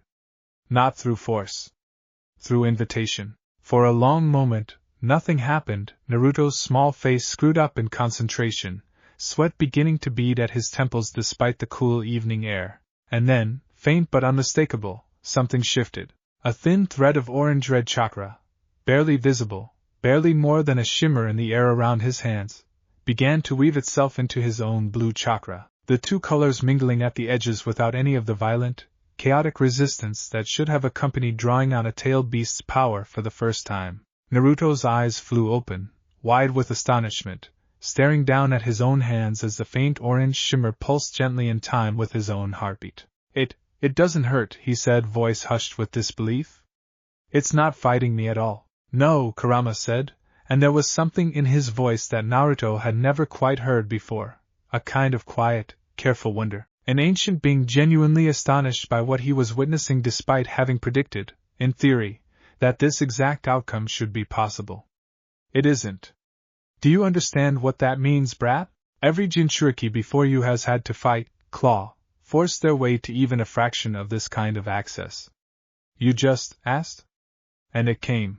Naruto held the small thread of borrowed chakra for another few seconds, marveling at the strange, warm sensation of it, not overwhelming, not corrupting, just present, like an extra layer of strength sitting comfortably alongside his own, before Kurama gently guided him through releasing it, the orange shimmer fading back into the bridge as smoothly as it had emerged. "Can we do more next time?" Naruto asked immediately, practically vibrating with excitement. "Gradually," Kurama said, though even his characteristic caution couldn't fully mask the note of genuine anticipation underneath. "We build this slowly, and we build it properly. But yes, brat, gradually, we're going to see exactly how far this bridge of yours can actually carry a real percentage of my chakra, and unless I'm very much mistaken about what I just felt, the answer might eventually surprise both of us considerably." Over the following weeks, gradually became the defining rhythm of their sessions, small, careful, incremental increases in the amount of chakra Naruto learned to draw across the bridge, each session ending well before any sign of strain or instability, Kurama refusing, despite Naruto's occasional impatience, to push faster than the boy's developing coil structure could reliably handle. By the 2-month mark of dedicated training, Naruto could comfortably, reliably draw and release roughly 2% of Kurama's chakra, a fraction so small it would have seemed almost trivial to most observers, if they'd had any way of understanding the scale of what 2% of a tailed beast's total chakra reserve actually represented in absolute terms. Even that small fraction, when Kurama had him tested during a private sparring session against a training dummy reinforced with basic defensive seals, obliterated the dummy in a single strike, sending splintered wood scattering across the clearing. Naruto stared at the wreckage, breathing hard, chakra-flushed cheeks flushed with a mixture of exhilaration and something close to genuine alarm. That was 2%. Just two, Kurama confirmed, his own voice carrying an edge of something that might have been satisfaction, might have been caution, might have been both at once. Which should give you some sense of exactly why we're taking this as slowly and carefully as we are. This is not a toy, Naruto. Every percentage point you learn to control safely is also, simultaneously, a percentage point of genuinely world-ending destructive power. Respected accordingly. I do, Naruto said quietly, staring at the shattered remains of the training dummy with a seriousness that looked strange on his young face, but which spoke to a maturity that had been steadily, quietly developing underneath the boyish enthusiasm over the past several months. I really do, Kurama. The fox was quiet for a moment, studying the boy through their shared connection with something that, if he'd been willing to name it honestly, might have resembled genuine pride. Good, he said finally. Then let's keep going. Not everyone in Naruto's life was fully in the dark about what these training sessions were producing, even if the specific mechanism remained a carefully guarded secret between the boy, the fox, and the third Hokage. Iruka had continued his private observations throughout these months, watching Naruto's classroom performance climb at a rate that had, by this point, thoroughly abandoned any pretense of being explainable by ordinary means. The boy who'd struggled with basic chakra theory in his first week was now, less than 3 months later, demonstrating control precision that rivaled, and in some specific exercises, exceeded, instructors with years of field experience. It had reached the point where Iruka felt compelled to raise his concerns directly with the Hokage, rather than continuing to simply document the pattern in his private notes, and hope someone with more authority than himself was already handling it. Lord Hokage, Iruka said, standing at careful attention in Hiruzen's office on a quiet afternoon roughly 3 months into Naruto's academy enrollment. I don't want to overstep, and I understand there may be context I'm not privy to. But I need to raise a concern about Naruto Uzumaki's rate of progress. Hiruzen set down the report he'd been reviewing, gesturing for the young Chunin to continue, his expression carefully neutral despite the small flicker of tension that had settled into his shoulders. Go on, Iruka. His growth isn't just fast, Iruka said, choosing his words carefully. It's not developmentally normal. No amount of natural talent explains what I'm seeing. 6-year-olds don't simply intuit advanced coil theory concepts that most genin struggle with. They don't produce tactical instincts in sparring that suggest actual combat experience they couldn't possibly have had. I've taught for 2 years, and nothing in my training prepared me to properly evaluate what's happening with this particular student. Hiruzen studied the younger man for a long moment, weighing, not for the first time, exactly how much of the truth this particular teacher deserved to know. Iruka had proven himself patient, careful, and genuinely invested in Naruto's well-being over the past several months, qualities that, in Hiruzen's considered judgment, made him exactly the kind of person who might eventually need to be brought further into the boy's confidence, once the timing was right. But not yet. Not while the situation remained this delicate, this unprecedented. I appreciate your diligence, Iruka, Hiruzen said finally. And your concern for one of your students speaks well of you as a teacher. What I can tell you is this: Naruto's unusual development is a known, monitored circumstance, connected to matters of village security that I'm not currently able to disclose in full. I need you to trust that his progress, while unusual, is not unsupervised or unsafe. Iruka's expression flickered with a complicated mixture of relief and lingering unease. With respect, sir, how can I properly support a student's development if I don't understand what I'm actually working with? You support him the way you've been supporting him, Hiruzen said, not unkindly. Patiently. Fairly. Without treating him as anything other than a 6-year-old boy who happens to be developing unusual gifts. That's not a smaller task than understanding the full mechanism behind those gifts, Iruka. In some ways, it might be the more important one. Iruka considered this for a long moment, then bowed his head slightly in acknowledgement, the tension in his shoulders easing, if not fully dissolving. I understand, Lord Hokage. I'll continue monitoring his progress and report anything that concerns me directly to you. That's all I ask, Hiruzen said, a small, tired smile crossing his weathered face as the young Chunin took his leave. And Iruka, for what it's worth, I think Naruto is fortunate to have an instructor who cares enough to ask these questions in the first place. Don't lose that instinct. He's going to need people like you in his corner for a long time to come. That evening, Alone in his office as the sun set over the village, Hiruzen allowed himself a rare moment of genuine reflection on exactly how quickly the situation had evolved since that first alarming report about wilted grass in a daycare yard, nearly a year and a half earlier. 3 months into formal academy training, and Naruto's practical skill assessments were already tracking toward a trajectory that, if it continued at anything close to its current pace, would see the boy ready for graduation consideration far ahead of the standard timeline, a possibility that would have sounded genuinely absurd to Hiruzen a year earlier, and which now felt less like a distant hypothetical and more like an approaching, inevitable reality he needed to start actively preparing for. He thought about the political complications that would come with an early graduation this dramatic, the questions from clan heads and council members who would inevitably want to understand exactly how an orphan with no formal background had suddenly become capable of outpacing students with generations of specialized training behind them. He thought about the added scrutiny, the added danger that would come with a 7-year-old genin being thrust into a shinobi world that was rarely gentle with anyone, let alone children who stood out as dramatically as Naruto was clearly about to. But he also thought about a small, stubborn, endlessly hopeful boy sitting cross-legged in an overgrown training field, quietly, patiently building something with his tenant that no Jinchuriki in recorded history had ever managed to build before, a genuine partnership, forged not through decades of hard-won trust after years of hostility, but through simple, unprecedented structural cooperation from the very beginning. Whatever complications lie ahead, Hiruzen thought, watching the last of the sunset fade beyond his window, I don't think there's any version of this where slowing him down actually serves him better.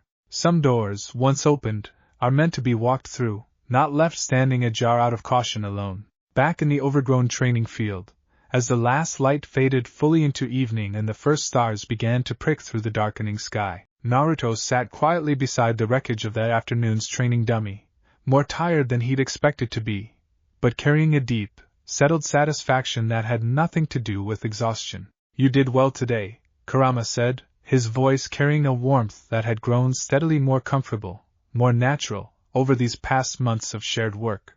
3 months, and you're already handling percentages that would take most Jinchuriki years to safely access.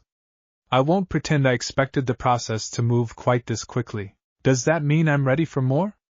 Naruto asked, hope threading unmistakably through his tired voice. It means, Kurama said, with the particular gruff patience that Naruto had come to recognize as the fox's version of genuine affection, that we keep going exactly the way we have been, carefully, deliberately, one step at a time. Rushing this now, after everything we've built, would be the single stupidest thing either of us could do. Do you understand? Naruto nodded, pushing himself up off the ground and brushing dirt from his oversized jacket, the familiar stubborn determination settling back into his young face despite the evening's exhaustion.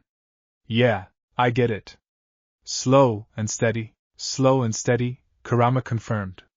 Though I suspect, brat, that slow is going to mean something rather different for you than it's meant for every Jinchuriki who came before. Whatever gift your mother left you, it's not behaving like anything I've ever encountered in centuries of forced cohabitation with your predecessors. I intend to keep studying exactly what that means, carefully, and with both our best interests in mind. Naruto smiled, small and tired and genuinely happy, starting the walk back toward his apartment as the first stars fully emerged overhead. Together, right? Together, Kurama agreed, something settling warm and steady in the space between them, a partnership either of them had expected, built from a tragedy either of them had chosen, growing now into something that, however unprecedented, however uncertain the road ahead remained, felt, for the first time in a very long while, genuinely, quietly hopeful. 9 months. That's how long it had been since Hiruzen Sarutobi sat across a low table from a mud-streaked 6-year-old, and quietly began rewriting the boy's entire future. 9 months since a fever dream introduced Naruto Uzumaki to the fox sealed inside him. 9 months of early mornings, quiet training sessions in an overgrown field, and a rate of growth that had left every adult who'd been paying attention scrambling to keep their expectations current. Naruto had turned 7 3 weeks earlier, a small, quiet birthday spent mostly with Iruka and Sachiko, since the rest of the village still treated the date with the same uncomfortable, unspoken tension it always had. nobody quite willing to say out loud why the anniversary of his birth also happened to be the anniversary of the worst night in Konoha's recent history. But even that small, muted celebration had felt different this year. Less lonely, less like something to simply endure, because for the first time in his life, Naruto actually had people who wanted to be there. And now, standing outside the Academy's largest examination hall on a crisp autumn morning, he had something else entirely new to contend with. The very real possibility that he was about to graduate a full year ahead of every single one of his classmates. "You nervous?" Sachiko asked, falling into step beside him as they approached the building, her own graduation exam still a year away, tagging along more out of curiosity and support than any official obligation. "A little," Naruto admitted, which was, for him, an unusually honest answer. Most days he covered nerves with bravado, loud confidence that dared the world to doubt him before it got the chance. But something about the scale of what was about to happen made pretending feel pointless. "It's a lot of people watching. And if I mess up..." "You're not gonna mess up," Sachiko said, with the blunt, uncomplicated certainty that had made her such an easy person to be around over these past months. "You've been running circles around Renji for weeks. If anybody's gonna mess up today, it's probably him, trying too hard to keep up with you." Naruto huffed out a small laugh at that, some of the tension easing from his shoulders. "She's not wrong," Kurama's voice rumbled quietly in the back of his mind, a steady, familiar presence that had become as natural to him now as breathing, though I'd suggest not gloating about it where the boy can hear you. Wounded pride makes for unpredictable rivals, and unpredictable is the last thing you want in a room full of examiners deciding whether you're ready for this. "I wasn't gonna gloat," Naruto thought back, though the small, satisfied smile tugging at his mouth suggested the temptation was very much present. Kurama said, entirely unconvinced. "Focus, brat. Today matters." Inside the examination hall, the atmosphere carried a weight that the regular classrooms simply didn't have. Rows of chairs had been arranged for observing faculty, not just Irika, but the Academy's head administrator. 2 additional senior instructors brought in specifically to evaluate the unusual early graduation candidate, and, seated quietly near the back with a presence that made every other adult in the room visibly straight in their posture, the third Hokage himself. Hiruzen rarely attended individual graduation exams. His presence here, deliberately visible, was itself a message, the same message he'd sent 9 months earlier walking Naruto to his very first day of academy classes. "Watch closely.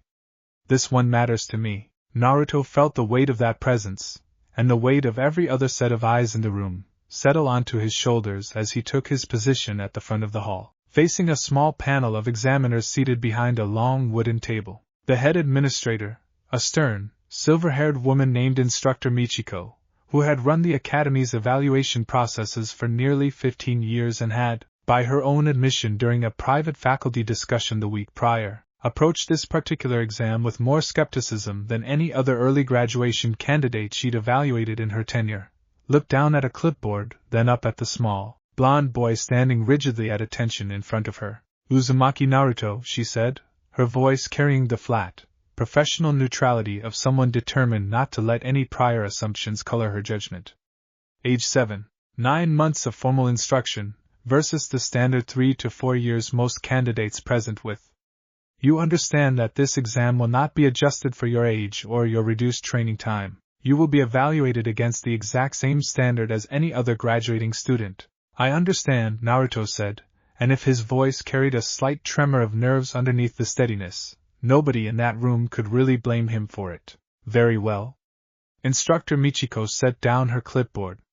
"We'll begin with the written portion. If you've been with this series from the start, you already know that Naruto's academic performance was never going to be the strongest part of this exam, and honestly, if you've been paying attention to the broader Naruto canon, you know this isn't exactly a departure from his usual character, just a slightly earlier version of a very familiar weakness." The written portion covered basic history, village law, and theoretical chakra concepts, the kind of material Naruto had genuinely struggled with throughout his 9 months of academy attendance, not because he lacked the intelligence to grasp it, but because 9 months of catching up on formal literacy and academic study, layered on top of an already demanding practical training schedule, had simply not left enough time to fully close the gap with classmates who'd had years of head start on paper and pencil learning. He fumbled through several questions, his handwriting cramped and uneven with concentration, chewing at the end of his pencil during a particularly frustrating question about the specific dates of the last 3 Hokage transitions, a detail he was fairly certain he'd learned at some point, but which stubbornly refused to surface from memory under the pressure of the exam room's silence. "You're overthinking it," Kurama murmured, careful to keep his mental voice quiet enough not to distract from Naruto's concentration. Second Hokage to third was during the aftermath of the Second Shinobi World War. Work backward from there. Naruto's pencil started moving again, gratitude and mild embarrassment mingling in his chest. "Thanks. I really do know this stuff, everybody else has had way more practice writing it all down." "I know," Kurama said, something almost gentle in the acknowledgement. "This part was never going to be your strength this early, and that's all right. Nobody graduates on written exam scores alone. Focus on finishing, not on being perfect." By the time the 30-minute written portion concluded, Naruto had completed the exam with a passing score, not impressive, not the kind of result that would have made anyone in that room reconsider their skepticism on its own merits, but sufficient. 68%, solidly in the adequate range the Academy required, a result that reflected exactly what it should have, a boy with genuine intelligence, working with 9 months of catch-up education against classmates with years of head start. Instructor Michiko reviewed the score with a small, unreadable frown, then set the paper aside. "Acceptable," she said, in a tone that suggested she'd expected worse, and was now recalibrating her expectations for what came next. "We'll move to the practical portions." The taijutsu evaluation came first, a series of prescribed forms and controlled sparring exchanges against one of the senior instructors, designed to assess basic combat fundamentals rather than raw fighting ability. Naruto moved through the required forms with a precision that immediately, visibly caught the attention of every examiner at that table, the same refined, grounded stance work that had first unsettled Rinji Adachi months earlier, now polished further through months of additional practice, both in the Academy's official curriculum and in the quiet, unofficial curriculum running alongside it in an overgrown training field nobody else knew about. "His form is considerably more advanced than 9 months of standard instruction should produce," one of the senior instructors murmured to Instructor Michiko, not quite quietly enough to avoid Naruto overhearing, though he kept his focus carefully forward, unwilling to let the comment throw off his concentration. The controlled sparring exchange that followed only deepened that impression. Naruto's opponent, a patient, experienced Chunin instructor with years of controlled sparring evaluation experience, pressed him through increasingly complex combination attacks, testing reaction speed, defensive positioning, tactical awareness under pressure. Naruto held his ground. Not perfectly.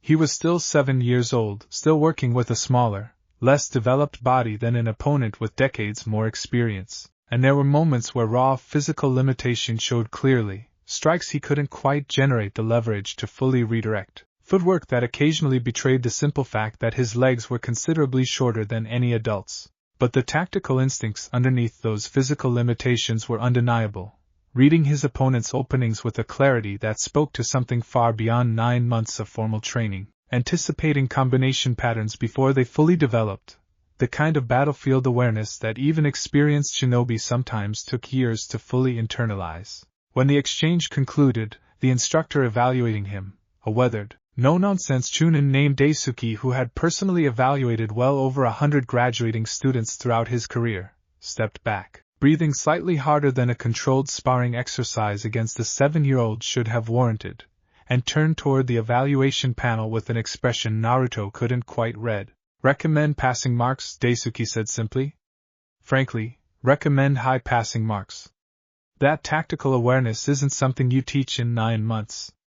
I don't know where it's coming from, but it's real." Instructor Michiko made a note, her earlier skepticism visibly, steadily eroding with every passing minute of the exam. "Noted. We'll proceed to ninjutsu evaluation. This is the part you've been waiting for." And honestly, so had everyone in that examination hall, whether they fully realized it yet or not. The ninjutsu portion of the graduation exam typically required 3 demonstrations, a basic transformation technique, a substitution technique, and the notoriously difficult clone technique. The same exam that, in the story you already know, would famously trip up canon Naruto not once, but repeatedly, becoming one of the most memorable running struggles of his early genin years. This Naruto had a considerably different relationship with that particular technique. He performed the transformation flawlessly on his first attempt, shifting seamlessly into a passable copy of Instructor Michiko herself, drawing a small, startled laugh from Instructor Daisuke and a thin, reluctant almost smile from Michiko herself before Naruto released the technique and returned to his own form. The substitution followed just as cleanly, a quick, controlled swap with a strategically placed log at the edge of the examination area, executed with a fluidity that suggested genuine muscle memory mastery rather than the shaky, first attempt uncertainty most graduating students displayed. And then came the clone technique. "Whenever you're ready," Instructor Michiko said, her clipboard poised, her expression carefully neutral despite what Naruto could see was genuine, focused attention now locked entirely on him. Naruto took a slow breath, formed the familiar cross-shaped hand seal, the same seal his hands had moved through instinctively, without any training at all, in a rain-soaked alley nearly a year earlier, and drew, deliberately, on a careful, controlled thread of the chakra he and Kurama had spent months building toward. Kaige Bunshin no Jutsu. The technique that followed wasn't just 3 clones this time. It was 5 perfect, solid, fully formed copies of Naruto standing in a neat semicircle around the original, each one indistinguishable from the boy who'd created them, each one holding form with an ease and stability that most fully trained genin would have struggled to match, let alone a 7-year-old barely 9 months into formal instruction. The examination hall went, for a long moment, completely silent. "That's..." Instructor Daisuke started, then stopped, visibly searching for words adequate to the moment. "That's the shadow clone technique. That's not even on the standard graduation curriculum. That's a Jonin-level technique."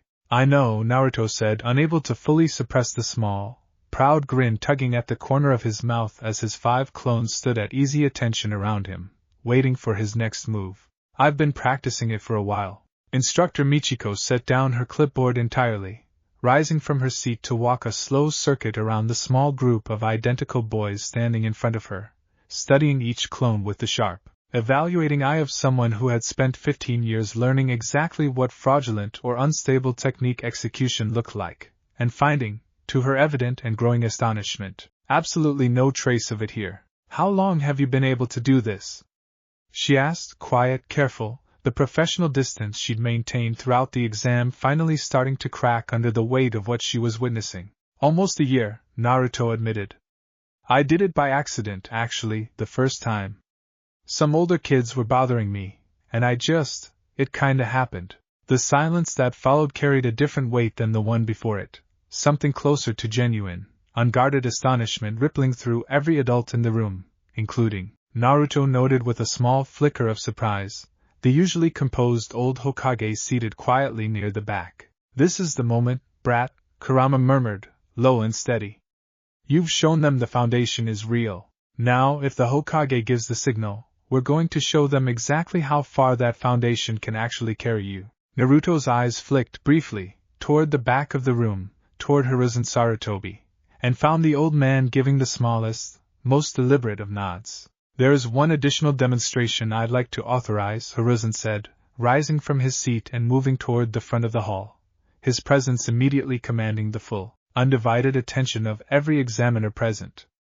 "With your permission, Instructor Michiko, I believe it's time the evaluation panel understood the full scope of what we're dealing with here." Instructor Michiko, still visibly recalibrating from the shadow clone demonstration, nodded slowly. "Of course, Lord Hokage."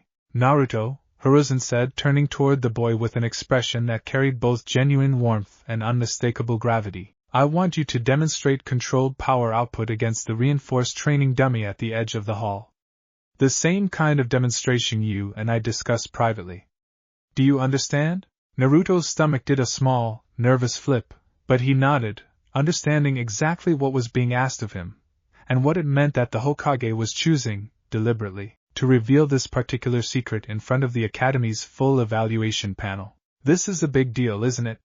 he thought, moving toward the reinforced dummy positioned at the hall's far end, specifically designed for testing more advanced technique demonstrations. It is, Kurama confirmed, something careful and serious threading through the connection. Once this is shown, brat, there's no taking it back. People are going to know what you're capable of. Are you ready for that? Naruto thought about 9 months of quiet, patient training. Thought about an ancient fox who'd chosen, against every precedent set by his own long, bitter history, to actually invest in a young, lonely boy's growth instead of scheming against him. Thought about all the whispers he'd endured over 7 years of life, all the narrowed eyes and quiet fear directed at a boy who never asked for any of it. Yeah, he thought, settling into position in front of the reinforced dummy, drawing a slow, steady breath. I'm ready. What happened next would be described, retold, and quietly debated among the handful of people present in that room for years to come. The exact moment Konoha's Academy faculty first understood, in full, unfiltered terms, exactly what kind of shinobi Naruto Uzumaki was actually shaping up to become. He closed his eyes, found the familiar bridge running alongside his own chakra network, and with a careful, practiced precision built from months of disciplined incremental training, drew forward a control percentage of Kurama's chakra, not the tentative, barely their thread from their very first attempt 9 months earlier, but a genuine, substantial draw, the culmination of everything they'd built together since that first fever dream. The air around him shimmered, faint wisps of orange-red chakra visibly threading through his own blue chakra signature, coalescing around his small frame in a way that every experienced shinobi in that room recognized instantly, viscerally, for exactly what it was. That's tailed beast chakra, Instructor Daisuke breathed, taking an involuntary step backward, his hand instinctively moving toward a kunai holster before some deeper, more rational part of his mind caught up and stilled the reflexive motion. Lord Hokage, is that? It's controlled, Hiruzen said, calm and steady, his eyes fixed on Naruto with an expression of quiet, watchful confidence. Watch. Naruto's eyes opened, and for just a moment, the faintest hint of red bled across his usually blue irises, not the wild, corrupted crimson of a Jinchuriki losing control, but something more contained, more deliberate, the visual signature of a genuine, stable partnership rather than a desperate, adversarial struggle. He moved. The strike that followed lasted less than a second, a single, controlled punch, delivered with a speed and force that no 7-year-old body should have been physically capable of generating on its own. Chakra-enhanced muscle contracting with an explosive power that sent the reinforced training dummy, a construct specifically built to withstand Jonin-level technique demonstrations, exploding into splintered fragments that scattered across the length of the examination hall. The silence that followed was absolute. Naruto stood in the wreckage's aftermath, chest heaving slightly with the effort of the sudden exertion, the faint orange shimmer around him already fading back into the bridge, his eyes returning fully to their normal blue as he released the borrowed chakra with the same careful, practiced control he'd used to draw it forward. That, Instructor Michiko finally said, her voice noticeably unsteady, was not a shadow clone technique. No, Hiruzen agreed, quiet satisfaction evident beneath the careful gravity of his tone. That was a controlled demonstration of Naruto's unique connection to the tailed beast sealed within him, a connection that operates fundamentally differently than any Jinchuriki-tenant relationship on historical record, for reasons I am not currently at liberty to fully explain, but which I can personally, formally vouch for as safe, stable, and appropriately supervised. Instructor Daisuke, still staring at the shattered remains of the training dummy with something between awe and lingering alarm, finally found his voice again. Lord Hokage, with respect, a 7-year-old accessing tailed beast chakra without any visible corruption, without any of the instability we've documented in historical Jinchuriki cases, that's not just unusual. That's unprecedented in recorded shinobi history. Yes, Hiruzen said simply. It is. The evaluation panel deliberated for nearly 20 minutes after that, the longest deliberation period Instructor Michiko could recall in her entire 15-year tenure, conducted in hushed, urgent tones just outside the examination hall while Naruto waited nervously with Sachiko, who'd been allowed to observe from the hall's back row and had watched the entire demonstration with wide, disbelieving eyes. Did you know he could do that? She whispered, still staring at the wreckage of the training dummy. Kinda, Naruto admitted. I mean, I knew I could. I just didn't know they were gonna make me actually show everybody today. That's insane, Naruto. Sachiko shook her head slowly, something between awe and lingering disbelief crossing her young face. You're gonna graduate today, aren't you? There's no way they don't pass you after that. Naruto didn't answer immediately, nerves still churning despite the demonstration's evident success. Do you think I passed? He thought, reaching for the familiar, steady presence in the back of his mind. I'd wager considerably more than passed, Kurama replied, something warm and unmistakably proud coloring the observation. You just demonstrated stable, controlled-tailed beast chakra usage in front of a full evaluation panel, brat. Whatever happens next, that room is never going to look at you the same way again. When the evaluation panel finally returned to the hall, Instructor Michiko's expression had settled into something Naruto had never seen directed at him before. Not skepticism, not wary curiosity, but genuine, unguarded professional respect. Naruto Uzumaki, she said, her voice carrying clearly through the hall's returning silence. On behalf of the Konoha Ninja Academy evaluation panel, it is our unanimous assessment that you have demonstrated combat readiness, technical proficiency, and control significantly exceeding standard graduation requirements. Despite completing this evaluation 9 months into formal training, rather than the standard 3 to 4 years. She paused, glancing briefly toward Hiruzen, who gave the smallest, encouraging nod, before continuing. You are hereby granted full graduate status, effective immediately, making you, to the best of this Academy's historical records, the youngest graduate in Konohagakure's documented history at 7 years of age, surpassing even the previous record held for over 2 decades. She reached into a small case on the evaluation table and withdrew a plain, simple leaf-emblazoned forehead protector, extending it toward him with a formality that felt, to Naruto, almost dreamlike in its unreality after 9 months of quiet, patient work finally culminating in this exact moment. Congratulations, genin Uzumaki. Naruto's hands were shaking slightly as he accepted the forehead protector, staring down at the small, simple leaf symbol like it might disappear if he looked away too quickly. 9 months. 9 months of quiet training in an overgrown field, of whispered mental conversations with an ancient fox nobody else could hear, of pushing through exhaustion and doubt, and the constant, gnawing fear that none of it would actually be enough. Thank you, he managed, voice cracking slightly with an emotion too large to fully contain in a simple, formal exam hall setting. Thank you, all of you.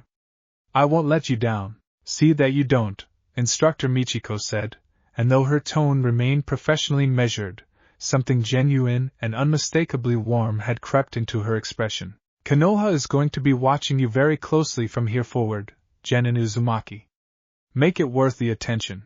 Word of what had happened in that examination hall spread through Konoha's shinobi community with startling speed, not the specifics, which remained carefully controlled within a small circle of witnesses bound by the Hokage's direct authority, but the broad strokes, the undeniable fact that had already started rippling outward by the time Naruto walked out of the academy building that afternoon, forehead protector tied proudly around his brow, 7 years old. Youngest graduate in village history. Some kind of unprecedented ability nobody's fully explaining. The whispers that had followed Naruto through the village for his entire life didn't disappear. They simply changed shape, shifting, subtly but unmistakably, from wary dismissal towards something more complicated, a mixture of genuine awe, cautious curiosity, and for a not insignificant portion of the village's shinobi population, an undercurrent of unease about exactly what this new, unprecedented development might mean for the delicate balance of power the village had maintained for years. Not everyone was pleased. Within the council chambers that same evening, several members would raise pointed, uncomfortable questions about the wisdom of allowing a 7-year-old, and a Jinchuriki, at that, to graduate with combat capabilities this advanced, questions that Hiruzen would spend the following weeks carefully, patiently navigating, drawing on decades of political goodwill to buy the boy the space he needed to grow without excessive interference. But that evening, walking home through familiar streets with his brand new forehead protector catching the last light of the setting sun, none of that political complexity had fully settled onto Naruto's shoulders yet.